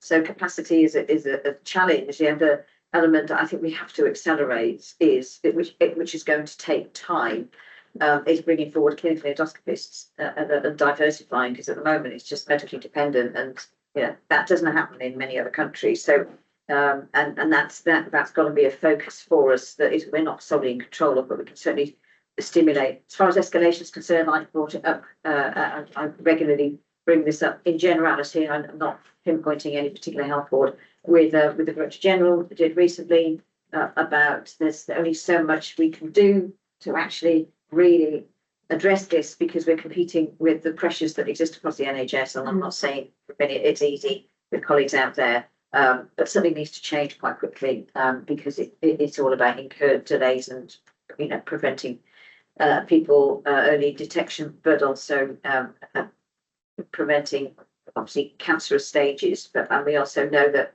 a significant number of people who will have a screening colonoscopy will have early nodules identified, the early lesions identified that are removed at the time, that will become potentially cancerous. So it's not just treating people who've got cancer, it's actually removing and preventing. So it's just a challenge for us. And I think and I know the board is aware of that, but we're about to send out another suite of escalation letters.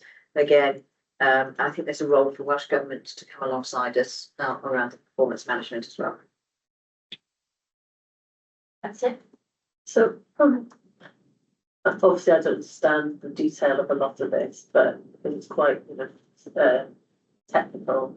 But it seems as though we're very positive about the work that's in play right now, and that we are going to head in the correct direction. The trajectory is going to be positive very quickly. From reading through this paper, is that what we feel? We have confidence that there's going to be a kind of significant change quite quickly in this area. I'll come to Graham and Chris, but my sense is that the screening colonoscopy improvement program skin is making a big impact, partly because there's widespread engagement in that. We've got established work streams that are defined at addressing specific issues, whether it's workforce, whether it's family lists, etc. Graham and Chris, do you want to say a little bit more about that and your degree of confidence that will get us to where we need to be? I think the work of the screening colonoscopy improvement program has been really positive. There's such a collaborative group that's been formed by Annie Ashman consultants in that area, and they're very much driving as much as they can towards quick wins in engagement. There are training requirements which may become on longer, so that will limit our progress. We've also really deliberately separated the way the performance from safety in relation to our agreements with the health boards from collaborative efforts. So I'm taking forward some performance training and our standards focusing on interacting with personally. So it will take it as far as we can, and then we get into structural issues, workforce issues, Tracy mentioned around our workforce, which will take that as well. Everything that we can do performance around is showing that. But do we have an indicator in which our work is reflected and where we meet the issue with the health board? Because at the moment, it's the one indicator, isn't it? So,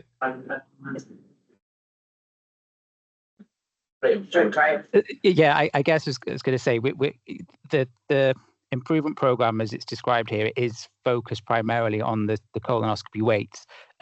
What's not here is all the other indicators we have for example, fit turnaround, which it amazes me that the lab basically turns them around pretty much the same day as soon as they receive them. So there's a lot of stuff that isn't here because there isn't an issue with it. We're doing really well, and maybe we need to celebrate that a bit more. But it's not in there because it's not an area of focus at the minute that we need to improve on. So what you're seeing here is the bits where we've got the greatest challenge, where we're focusing the efforts. And I suppose the only other thing I would add to this is this particular program builds on a lot of stuff that we've already done with the health board. So this isn't the start of the journey. There's probably, I think I've been in post since 2023, and we'd started some of the work back then with familiarising the health boards with where we need to get them. So it's building on stuff that's gone on before, but now I think there's a bit of momentum behind it, with the kind of bringing them together as a collaborative rather than just doing the same old thing that we've done before. It's a change in the way we're approaching it, and I think it's obviously having the results that we want, or at least it is so far, and is expected to do so. In line with the trajectories outlined. So yeah, pretty confident we'll get there, but there's lots of work to do. Thank you, Greg. I have nothing to add, You're Tamsin, looking at me. but Graham is right. With any of these screening programs, there are multiple metrics we track regularly. The ones that we present here are the ones that are going to be making the most clinical impact. But as Graham says, for fit testing, we do really, really well in terms of turning around the lab tests, etc. But we don't report it regularly because there will be a sea of green. So I think what we want to focus on is this metric, and how we measure our contribution to that is going to be difficult, because actually it's the success of the collaboration. We do want to understand whether there is a kind of accountability discussion we can have at a national level. We've tried that. We've worked with Welsh Government to try and put that in place. We thought NHSP&I might do that, but it's not happening. So in the absence of that, we're doing it through a collaborative approach, and it seems to work. Anything else on this one?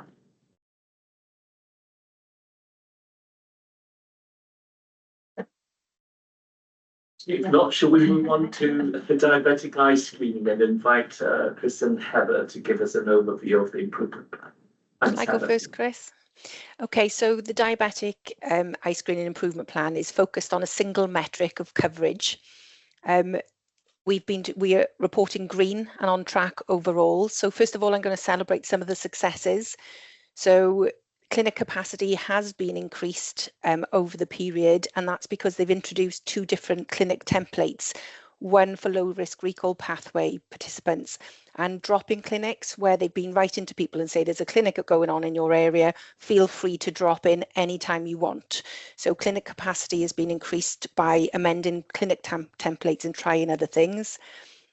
The retinal imaging has been completed successfully for the camera evaluation. So we're just waiting for the evaluation of that to be reported on, and I'll come on to that in a bit.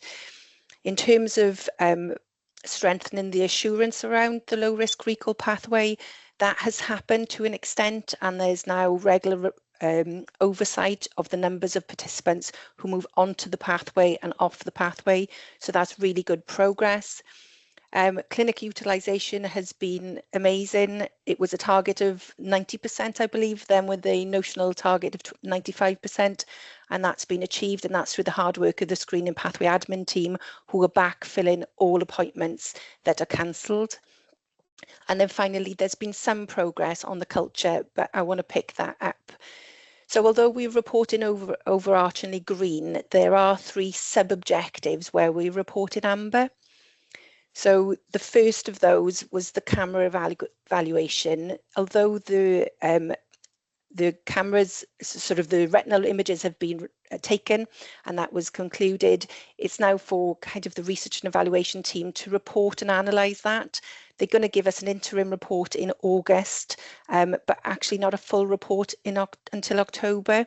So that means the implementation of stage mydriasis, if that's the way forward, is going to be behind where it was hoped to be. So that's the first one I wanted to pick up and kind of explain to you. The second was the low risk recall pathway, that further analysis of and assurance of the workings of that pathway needs NEC as the IT system provider to meet with the team. That meeting was scheduled and was postponed because of the lack of key people. So the team need to get back onto NEC and get that back in the diary as soon as possible.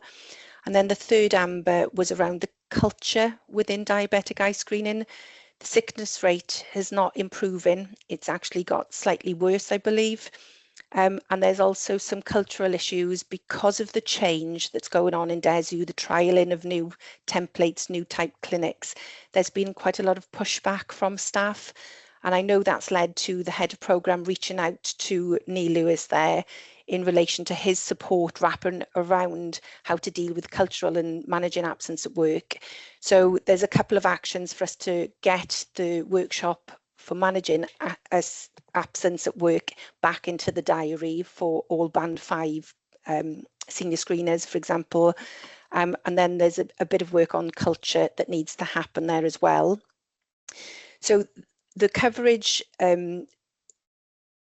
trajectory, since DESU has put that together, there has been an identification of a potential problem in terms of the way that the metric is sort of processed and recorded.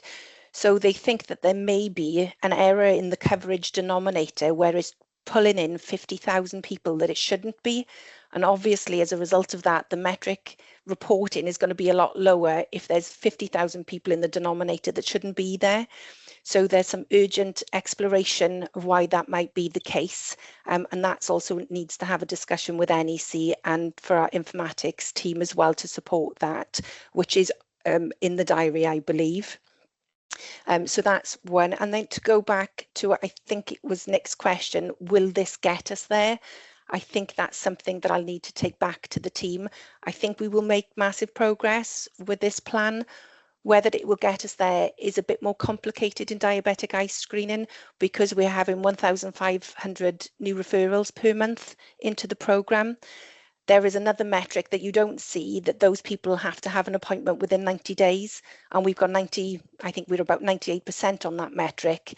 So there's a tension between the different metrics and making sure you are inviting the correct people. But it is complicating in DESU because the eligible population is increasing month by month. So I think I've covered what I wanted to in terms of the positives and some areas for focus for the team. Are there any questions, please? So I see Nick indicating and then Kate. Go on. So thank you, Helen, and thank you for referencing my point. I was going to come to that. Again, really appreciate the work in this, though it's not an easy challenge. Hear the bit about the denominator. I'm assuming we'll ask Ian to check in on that to give us that confidence in the right place. I'm offering action to do so. Meng knows that in the past I've already challenged the time it's taking us to get the review on the cameras. Yeah. And I just think there's nothing more we can do to bring that in because clearly it stands out here. We've flagged it before And actually, this is the one I referenced earlier, where you have the nice graph on page 24 that to me basically asks the question, great work, but is it sufficient? Because it graphically says, no, it's not. And I'm glad you called that out on that one. And it's just, and I say that because you're not necessarily expecting you to have the answers of how we understand where we are on the journey and whether or not because you're making quite a substantial number of step changes here. And if they're not sufficient, we need to think, what's the other big thing we need to do to get to there? Because I don't underestimate the work in this. And if you're getting 90 to 95% in your clinic, I am super impressed. I know how hard that is. But if that's not enough, we've got to do something fundamentally more different if we're going to get to the line. But great work. I'm not taking away from it. It's just at a board level. How do we know that we have somewhere that gets us to the performance we're meant to be delivering for our public? Doesn't take away from what people are doing in any way, manner, or form. Yeah, just I'll say quickly, and I can ramble on, Heather. I promise it'll be quick. Heather, thank you so much. There's a huge amount going on, and happy to take offline any of the conversations around culture and change as well to support you. And I know Claire will going forward as well. Yeah, I guess my instinct on this, and it's not scientific in any way form, is that we absolutely have to diversify the model. And I know people have heard me say that many, many times. Because even if much of the same model that we're doing will meet the needs of some of the population, it will not have sufficient capacity to meet the needs of all of the population. And part of the digital transformation for this as well will help enable people to do, as you've just said, Heather. I live in North Wales and I'm going to be in Cardiff for the weekend, and I'm going to drop in to have my my eye screening done. So how we can do that. So I know there's an action in the ITP for this year to really look at reviewing the model. And I don't think it's changing the model violently. I think it is diversifying the offer through different ways that people spend their lives, the ergonomics of communities. What does that look like? So just to reinforce that, and I know the team are on the case, because with the 11 to 1300 additional referrals per month, that brackets, let's be clear about the denominator, close brackets, then the model may have never been fit for purpose for this prevalence at this point in time. And so what we need to do to expand that is going to be really key. Thanks. So just to sorry, did you want me to respond or wait? Yeah. If you want to, if you'd like to respond to that point, that's fine. Thank you. Sorry. No problem. I can't see hands from my end. Sorry. So I was just going to firstly reassure Ian that Gavin Baxter is on the case. So is already being investigated, the anomaly there. In terms of the time frame around research and development, that is actually outside of the control of the programme, because it sits with the research and development team within Public Health Wales now. It's their timescale that's gone to October. So I'm really happy to reach out to them to see if there's any movement on that, but just to say that is not within the gift of the programme. And then diversification of the model and offer, hear that loud and clear. The one thing that stands out to me at the moment, the activity level is so good, but the coverage isn't improving. So I do wonder whether actually we're inviting the right people and screening the right people, because coverage is all about screening the people who need the appointment the soonest. So, and we did have this in recovery as well. So I can pick that up with Bethan and the team and explore that a little bit. Thank you. Thanks. Yeah, mindful of time. I've got 3 of you. Apologies, Kate Young, Morning Director. I'm just going to pick up very quickly on the culture piece. And I've noted that there are several workshops being planned, but I think it's just important to make a point about the fact that we recognise we're treating the cause, not the symptoms. So, in terms of that sense, sometimes when change happens and that sort of feeling of things being done to rather than done with, and I'm sure that's underlying all of those cultural pieces. Theo sits next to me, but that feels like it's an important piece here, because if those workshops are just to be polite about it, educating people on what they should be doing without necessarily going, but why is it that the behaviour is triggered in the first place? It may well fall on deaf ears to a certain extent. So I think there needs to be that safe space within those workshops to say, well, look, this is why we were upset in the first place, so that actually we can really address the causality of something culturally, which is built into our structures, and I'm sure it is going to be in there. But yeah, that struck me, because otherwise, effectively, people can come along, do those workshops, and are we still effectively going to have some unhappy people in the background? So I think within our whole culture of speaking up safely and working how we work best and everything else, it needs to be built into, look, this is what we're trying to do. Why is it you feel this passionately about it? That behaviours are acting out, so that when we're in those spaces and those workshops, we get the best out of those opportunities to move things forward for everybody, I think. I think that's really important, is to understand why people are behaving in the way that they are and try to be positive and take them with us on the journey. I would say from my time in DESU, and I don't think that's changed, there are a minority of staff there who have some behaviours that are really challenging. And that's one of the reasons that Kate reached out to Neil, because she was feeling very frustrated that, you know, you've got to have all of the positive, but where there is poor behaviour, that's got to be challenged robustly. And I don't always feel that DESU feel that they get the support to do that. You know, we have members of staff taken to a number of review prompts, you know, final review prompts that then is seen by everybody else, and then one of the reasons that then others act out is that, well, nothing's happening to them and they've sent this and they've done this. And so we need to have the ability, where the minority are behaving badly, is to challenge that as well. Yeah, I agree. Thank you. Ian, sorry. Yeah, I'll just be very quick. I'll pick up the point about the evaluation with the team and look to accelerate it as quick. Sorry, it was the first I was aware I was problem, so I was trying to sort it. Sorry, Ian. This thing anyway. Thank you. Right, anything else, men, before we draw this to a close? No, Jim, apart from recognising the contribution, and I think the strength of bringing operations in with the technical experts really helps bring colour to the improvement plans. We have been without a head of operations for a considerable length of time, so welcoming Chris into that role obviously will continue to bring excellence to the operational team. And I don't want to extend it too much, but I also just want to say I'm very grateful for the papers. It's great to have the trajectory. It's a work in progress, and I know we'll return to it and, you know, dig deeper, but it's really nice to see. So thanks for all the hard work that everyone's been doing on that. As a board, we're asked to take assurance from the progress and trajectories to improve screening performance, recognising that we need to strengthen assurance and around the fact that the plans will take us where we need to be to succeed. And we've had a discussion today and actions to take forward for QSIC and the board more generally. So just noting that. And on that happy note, at 20 to 2, sorry, could I ask that we all accept a 20-minute break? Actually, we'll come back at 2. Okay, thanks everybody, and welcome back.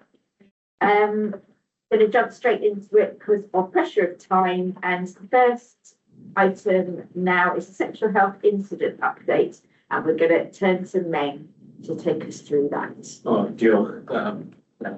So the report is an update on the sexual health Preston Post incident that all will be familiar with. We continue to meet as an incident management team to address the concerns, and particularly focusing on the look back to identify whether there was any harm incurred owing to the lapses in process around addressing safeguarding concerns declared by children under 16, and also the testing of people who are HIV positive and the absence of hepatitis C testing as part of that suite of tests offered.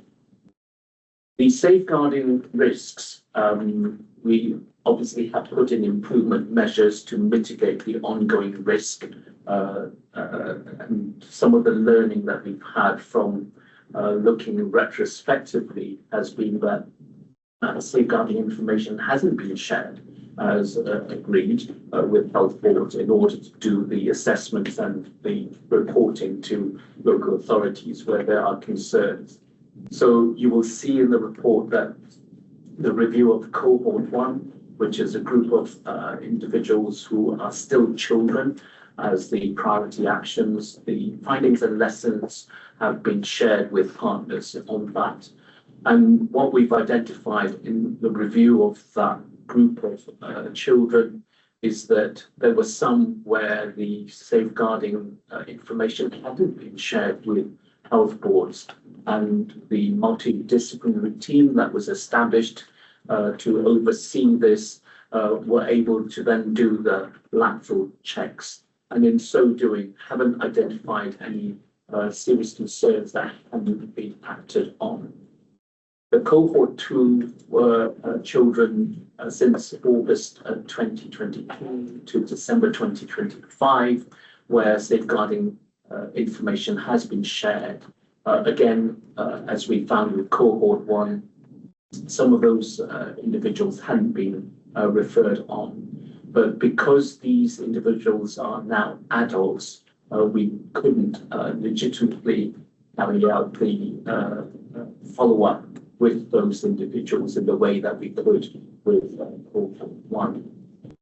So the learning from that is captured in a report that's now been shared with health boards, and when the final report is available, we will share it wider with other partners as well. So the recommendation for cohort 3, which is children who shared information on safeguarding before August 2022, from the start of the service in 2018, is that we will apply the learning from cohort 1 and cohort 2 review so that we got a proportionate assurance process around historic safeguarding risks.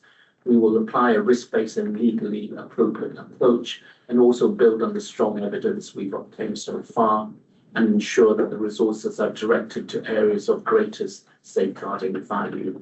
And this we have agreed at the RMT is a non-urgent desktop review, and we will ask the team to report a proportionate action on that in terms of timescales, and that we will discuss at the IMT on an ongoing basis. I'm happy to pause there around safeguarding in case anyone's got any specific questions relating to how we manage them.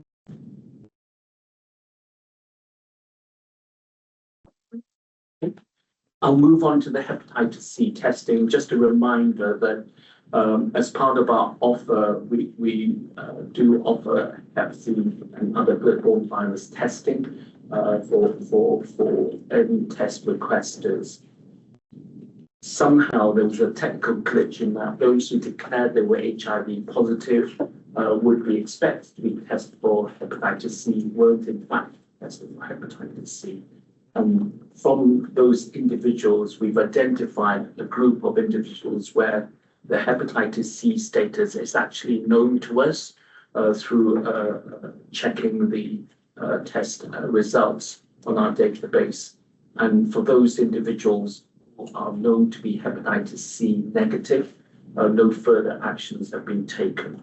We did seek legal and ethical advice as to whether we need to tell them about the incident as part of our responsibility for transparency, and it was felt that more harm would be incurred by doing so. So we've not taken that forward. We have a number of service users, 31 with unknown hepatitis C status at the time of the test, and all proportionate efforts have been completed to contact those to offer them a repeat test if they requested it.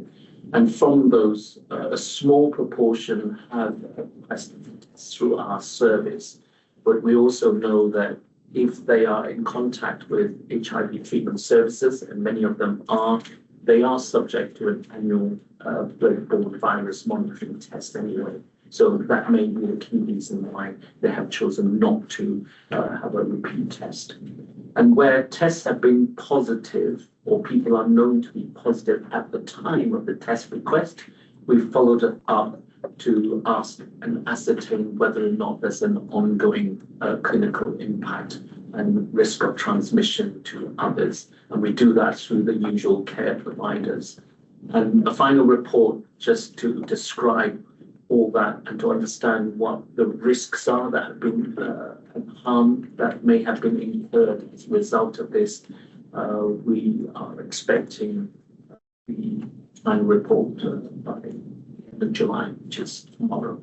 So the incident management team will look at this on Friday and take a view on whether any further escalation and whether further work needs to be done.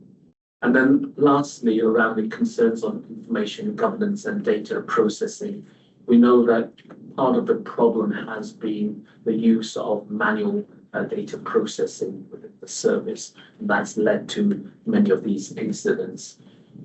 We've made slow progress to identify automation of our data processing issues, and we are wanting to expedite these because we know these are the root causes of some of the errors, and that work is continuing. We expect that the work will complete March 2027. We think that's quite delayed, so we're exploring ways of how we might expedite that work and working with peers. And then lastly, to just cover off a few associated activities. One is the Best Practice Advisory Group, which is set up to set out the best practice for a future delivery model. And that group has started meeting under Giri Shankar's leadership. And there has been a challenge in recruiting external expertise to join that group. But while we're waiting for those to come forward, we're having the discussions about what good looks like for the service. And then finally, to say that the external independent review has started. So we have appointed an independent chair for that review panel. David Regan is an ex-director of public health in Manchester. He's very experienced in sexual health, as well as a director of public health, has had oversight of the running of sexual health services, not just in Manchester, but also for the greater Manchester area. So we're really delighted that we've got such an experienced, credible person leading the review. And the review panel will meet for the first time next week for an induction, and then we'll ask David to take that forward. The plan is for them to deliver a draft report to us in October with a view on final board presentation in January. Stop there and happy to take any questions. Any questions or comments from anyone? No? Nothing? Okay, lovely, thank you. In that case, we're being asked to take assurance on the ongoing management of the incident and the service improvements made. So I take it we're all on the next agenda item is committee of the board report. So the report sets out the work of all of the committees since the last board meeting in May 2026.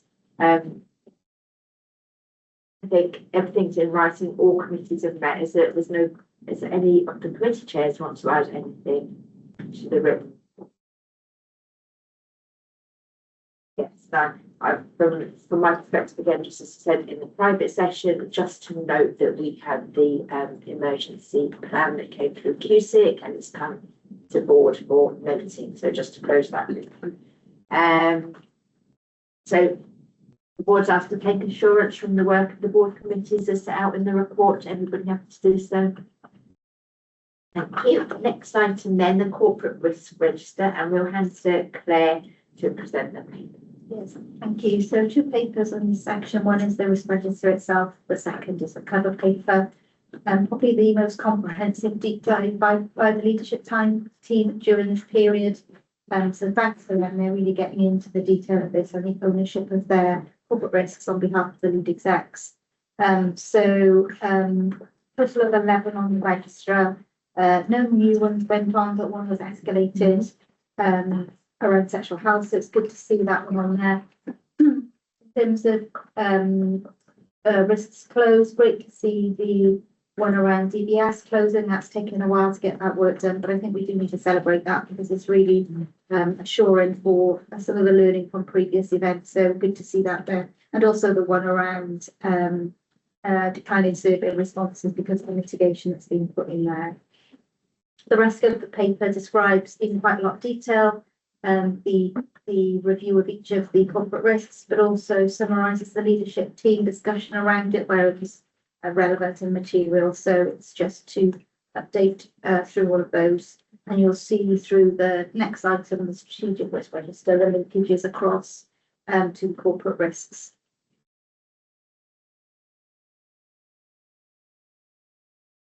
Have a question on the corporate. Just not to kind of go over old ground, but the risk around the mobile units, the dust on the mobile units. Just wondering, has that not been closed off yet? Is that still an ongoing issue? So it's an issue that was managed through the specially set up IMT and through the work that Paul led on the specialist investigation team. We, as part of that, looked to mitigate against the further accumulation of dust, and those mitigations in the short term have been effective. So we've not had any further failures of the equipment owing to dust. So that's obviously not going to be sustainable in the long term, which is why the recommendations from the IMT back to the Breast Test Wales program is to carry out a comprehensive assessment of each of the mobile units to understand what remediation is needed. That's now been completed, and with those reports, we should be able to put in place a refurbishment program to ensure that the accumulation of dust isn't a problem going forward, and that the water issues that we also encountered is going to be corrected through that approach as well. Would you like to come in on that as well? Yeah, no, I agree with everything Megan said. But through the project team that's actually doing the work on the remediations for the defects in the units have been identified. So the committee was the group putting that work forward is going to reframe this risk. The mitigations around dust are working, but there are some durability issues that we're working with the contractor on that need to be addressed, and they will be brought into this risk and will be updated. So next time we see it, it'll be refreshed. Any other questions or comments from anybody on the corporate risks? No? Okay, so on that basis, we're being asked to take assurance that the corporate risks are being managed properly, assessed and managed. And then move back to Claire to take us through the strategic risk register. So thank you, Chair, and this is the last time I'll be presenting the strategic risk register. But I did just want to thank my exec colleagues and board colleagues for their patience in us getting this right. I'm really proud of the work that we've done, incredibly proud of Stuart, Danny and Beth for the work they've done around this. But it took me a while for me to grow my expertise in this area. Not that I'm an expert, but it was really healthy to see the board type, apologies for the pun, around getting this right. Particularly the workshop that we had at the board development session just over a year ago, I think was the kind of turning point for us as a board. So obviously Paul will continue to strengthen this going forward. So the papers that you have are the usual suite ahead of you today. So the cover paper, which describes risks 1 to 5, risk 6 is taken in the private board. The risk on the page, which we know is really helpful for people, and then the detail under each of the strategic risks and the usual templates, which is updated on a bi-monthly basis. So in terms of what I wanted to draw your attention to, particularly this time, are some of the detailed work that's been done around strategic risk 5 and also strategic risk 2. And we'll come to some of the detail in those as we go through each of the exec leads. Mainly a number of new actions added under each of those to note, and most notably under strategic risk 2, the approval from BET to bring forward to you today the revised score based on some of the areas of concern in that area of responsibility. So what I'll do is I'll just briefly introduce each of the risks and then come to the relevant exec for anything that they might want to add. So in terms of strategic risk 1, still we have a score of 9, a target score of 6 with an open appetite, so within tolerance level. You'll see that there is actually quite a detailed updates across each of the areas of action for strategic risk 1, which I've got to thank Chris Wall for in terms of the detail that he's supported there.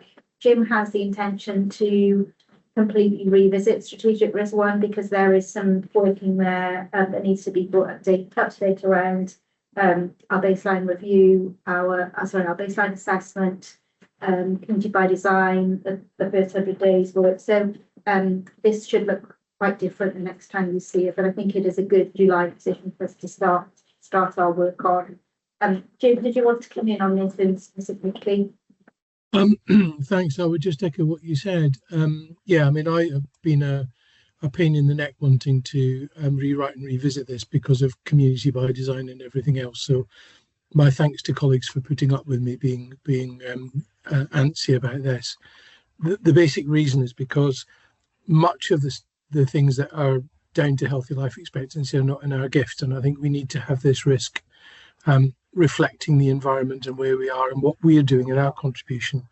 The extensive update that Chris has pulled together for us all tries to reflect that, and as Claire says, we'll keep on working with this. And I think this risk has to dynamically change as the policy landscape and the government landscape changes, because if it doesn't, to be honest, we're probably not staying up to date with where policy is shifting to.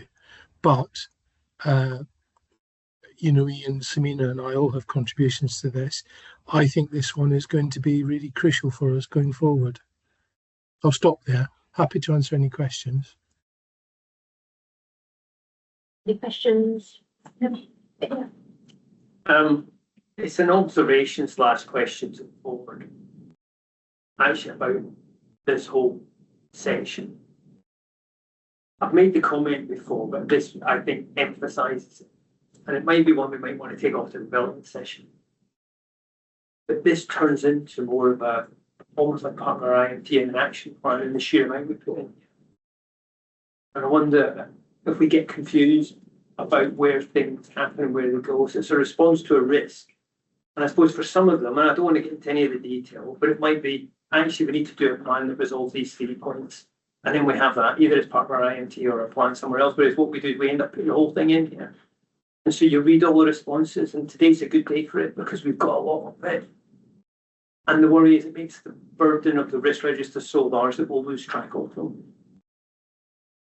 Because we end up with too many things which are actually, in essence, the plan for the year. This is becoming so meaningful in what's written in the column as opposed to directing us to where we coordinate all our work effort. Say we've amended our IMTP section, whatever, to adjust for this, or we come up with an action plan around that and that's held over here. We do it in here. That's how it feels to me, and I'm happy to be told I'm wrong.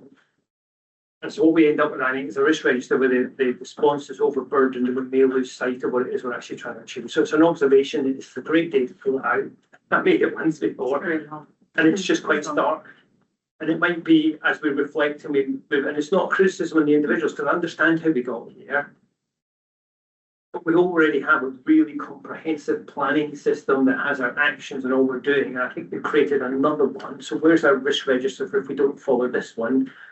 I'm working somewhere else at the moment where actually that's what they've ended up doing. So I just think there's a risk on the bureaucracy.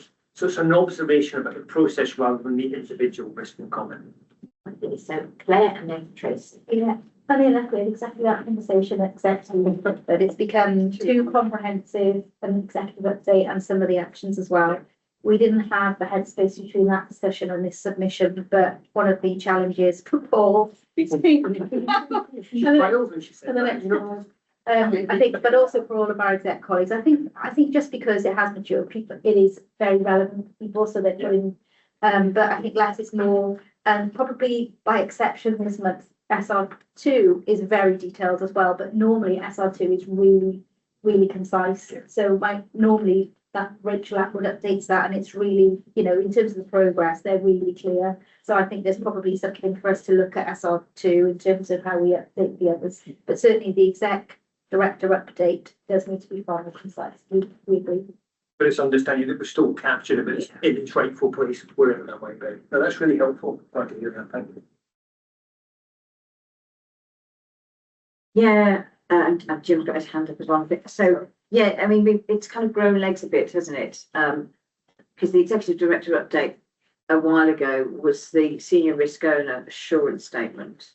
And to me, that and we had this conversation with execs, it's, whilst really helpful content, it's too long. You know, you want to know what's the assurance?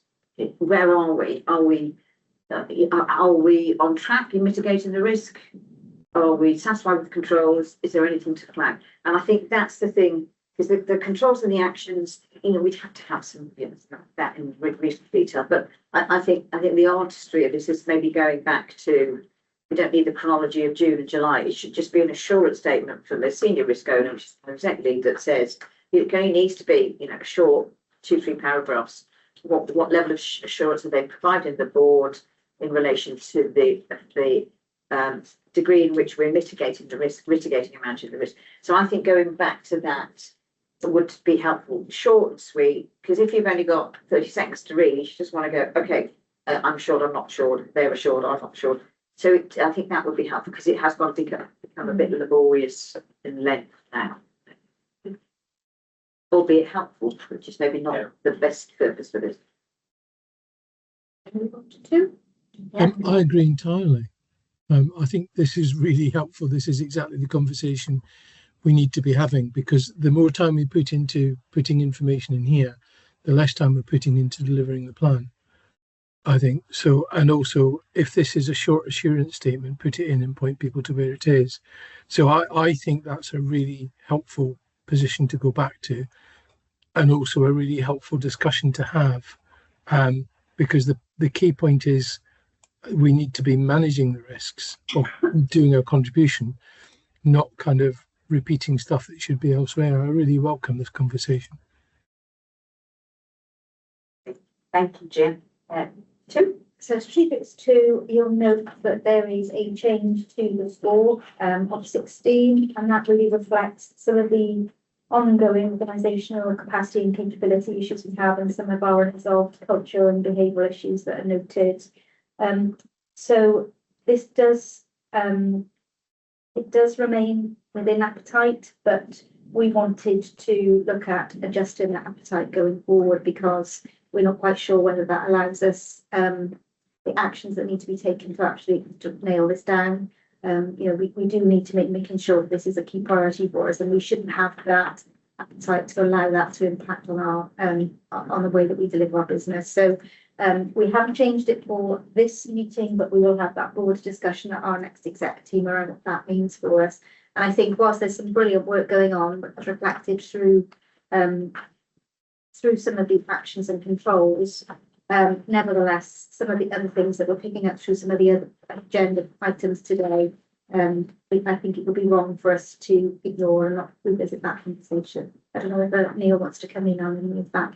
Very quickly, conscious of time, so 2 things for me. One, absolutely, I think there's a need to further update this based on discussions we've had today, but also a really helpful conversation we had at PodCom as well, and like kind of informal discussion around this, just around some of those specific areas and making sure that it is reflective of some of the broader challenges. I think, as Claire's alluded to, changing score is certainly something which again was discussed at PodCom as well, but there's more work for us to do behind the scenes on this year, and we'll obviously update that accordingly.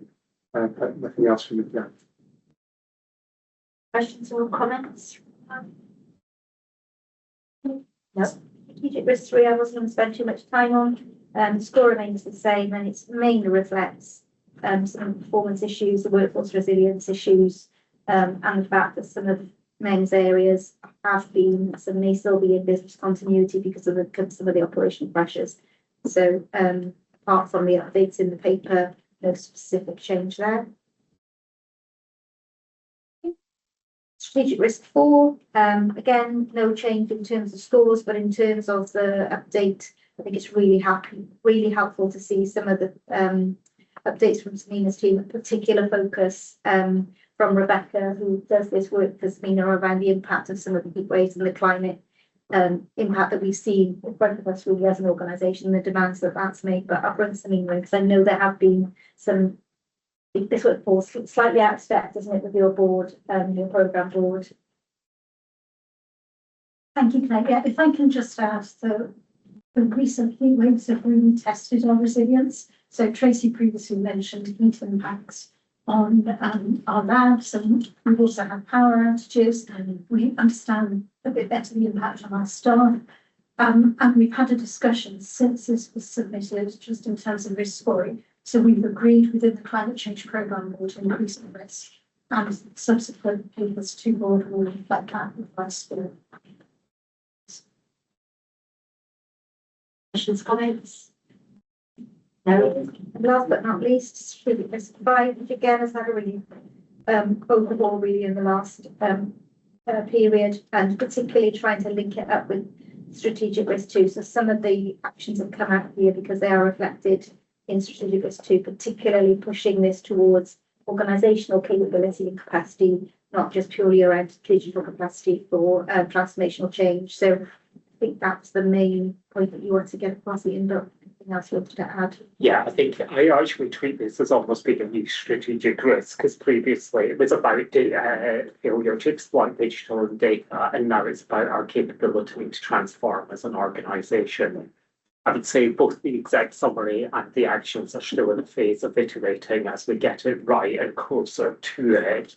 And probably reflect the fact that we've recognised there is a problem, and therefore you wouldn't expect me to be saying, here's all the things we've done yet in order to change it. Sorry, Nick, you know, that's kind of where we're at. Yeah.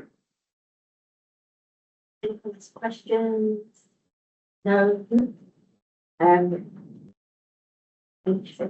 So from me, just to say again, thank you. That, you know, I think it is a real demonstration of how far we've come, certainly in the time that I've been here, that we are talking about it in these terms, and that whenever we look at risk, we're really conscious that it's actually an iterative process. It's never presented as a done deal, and I think that's really healthy. So thanks for all the work, and be nice to hear from you next time, Paul, around the situation.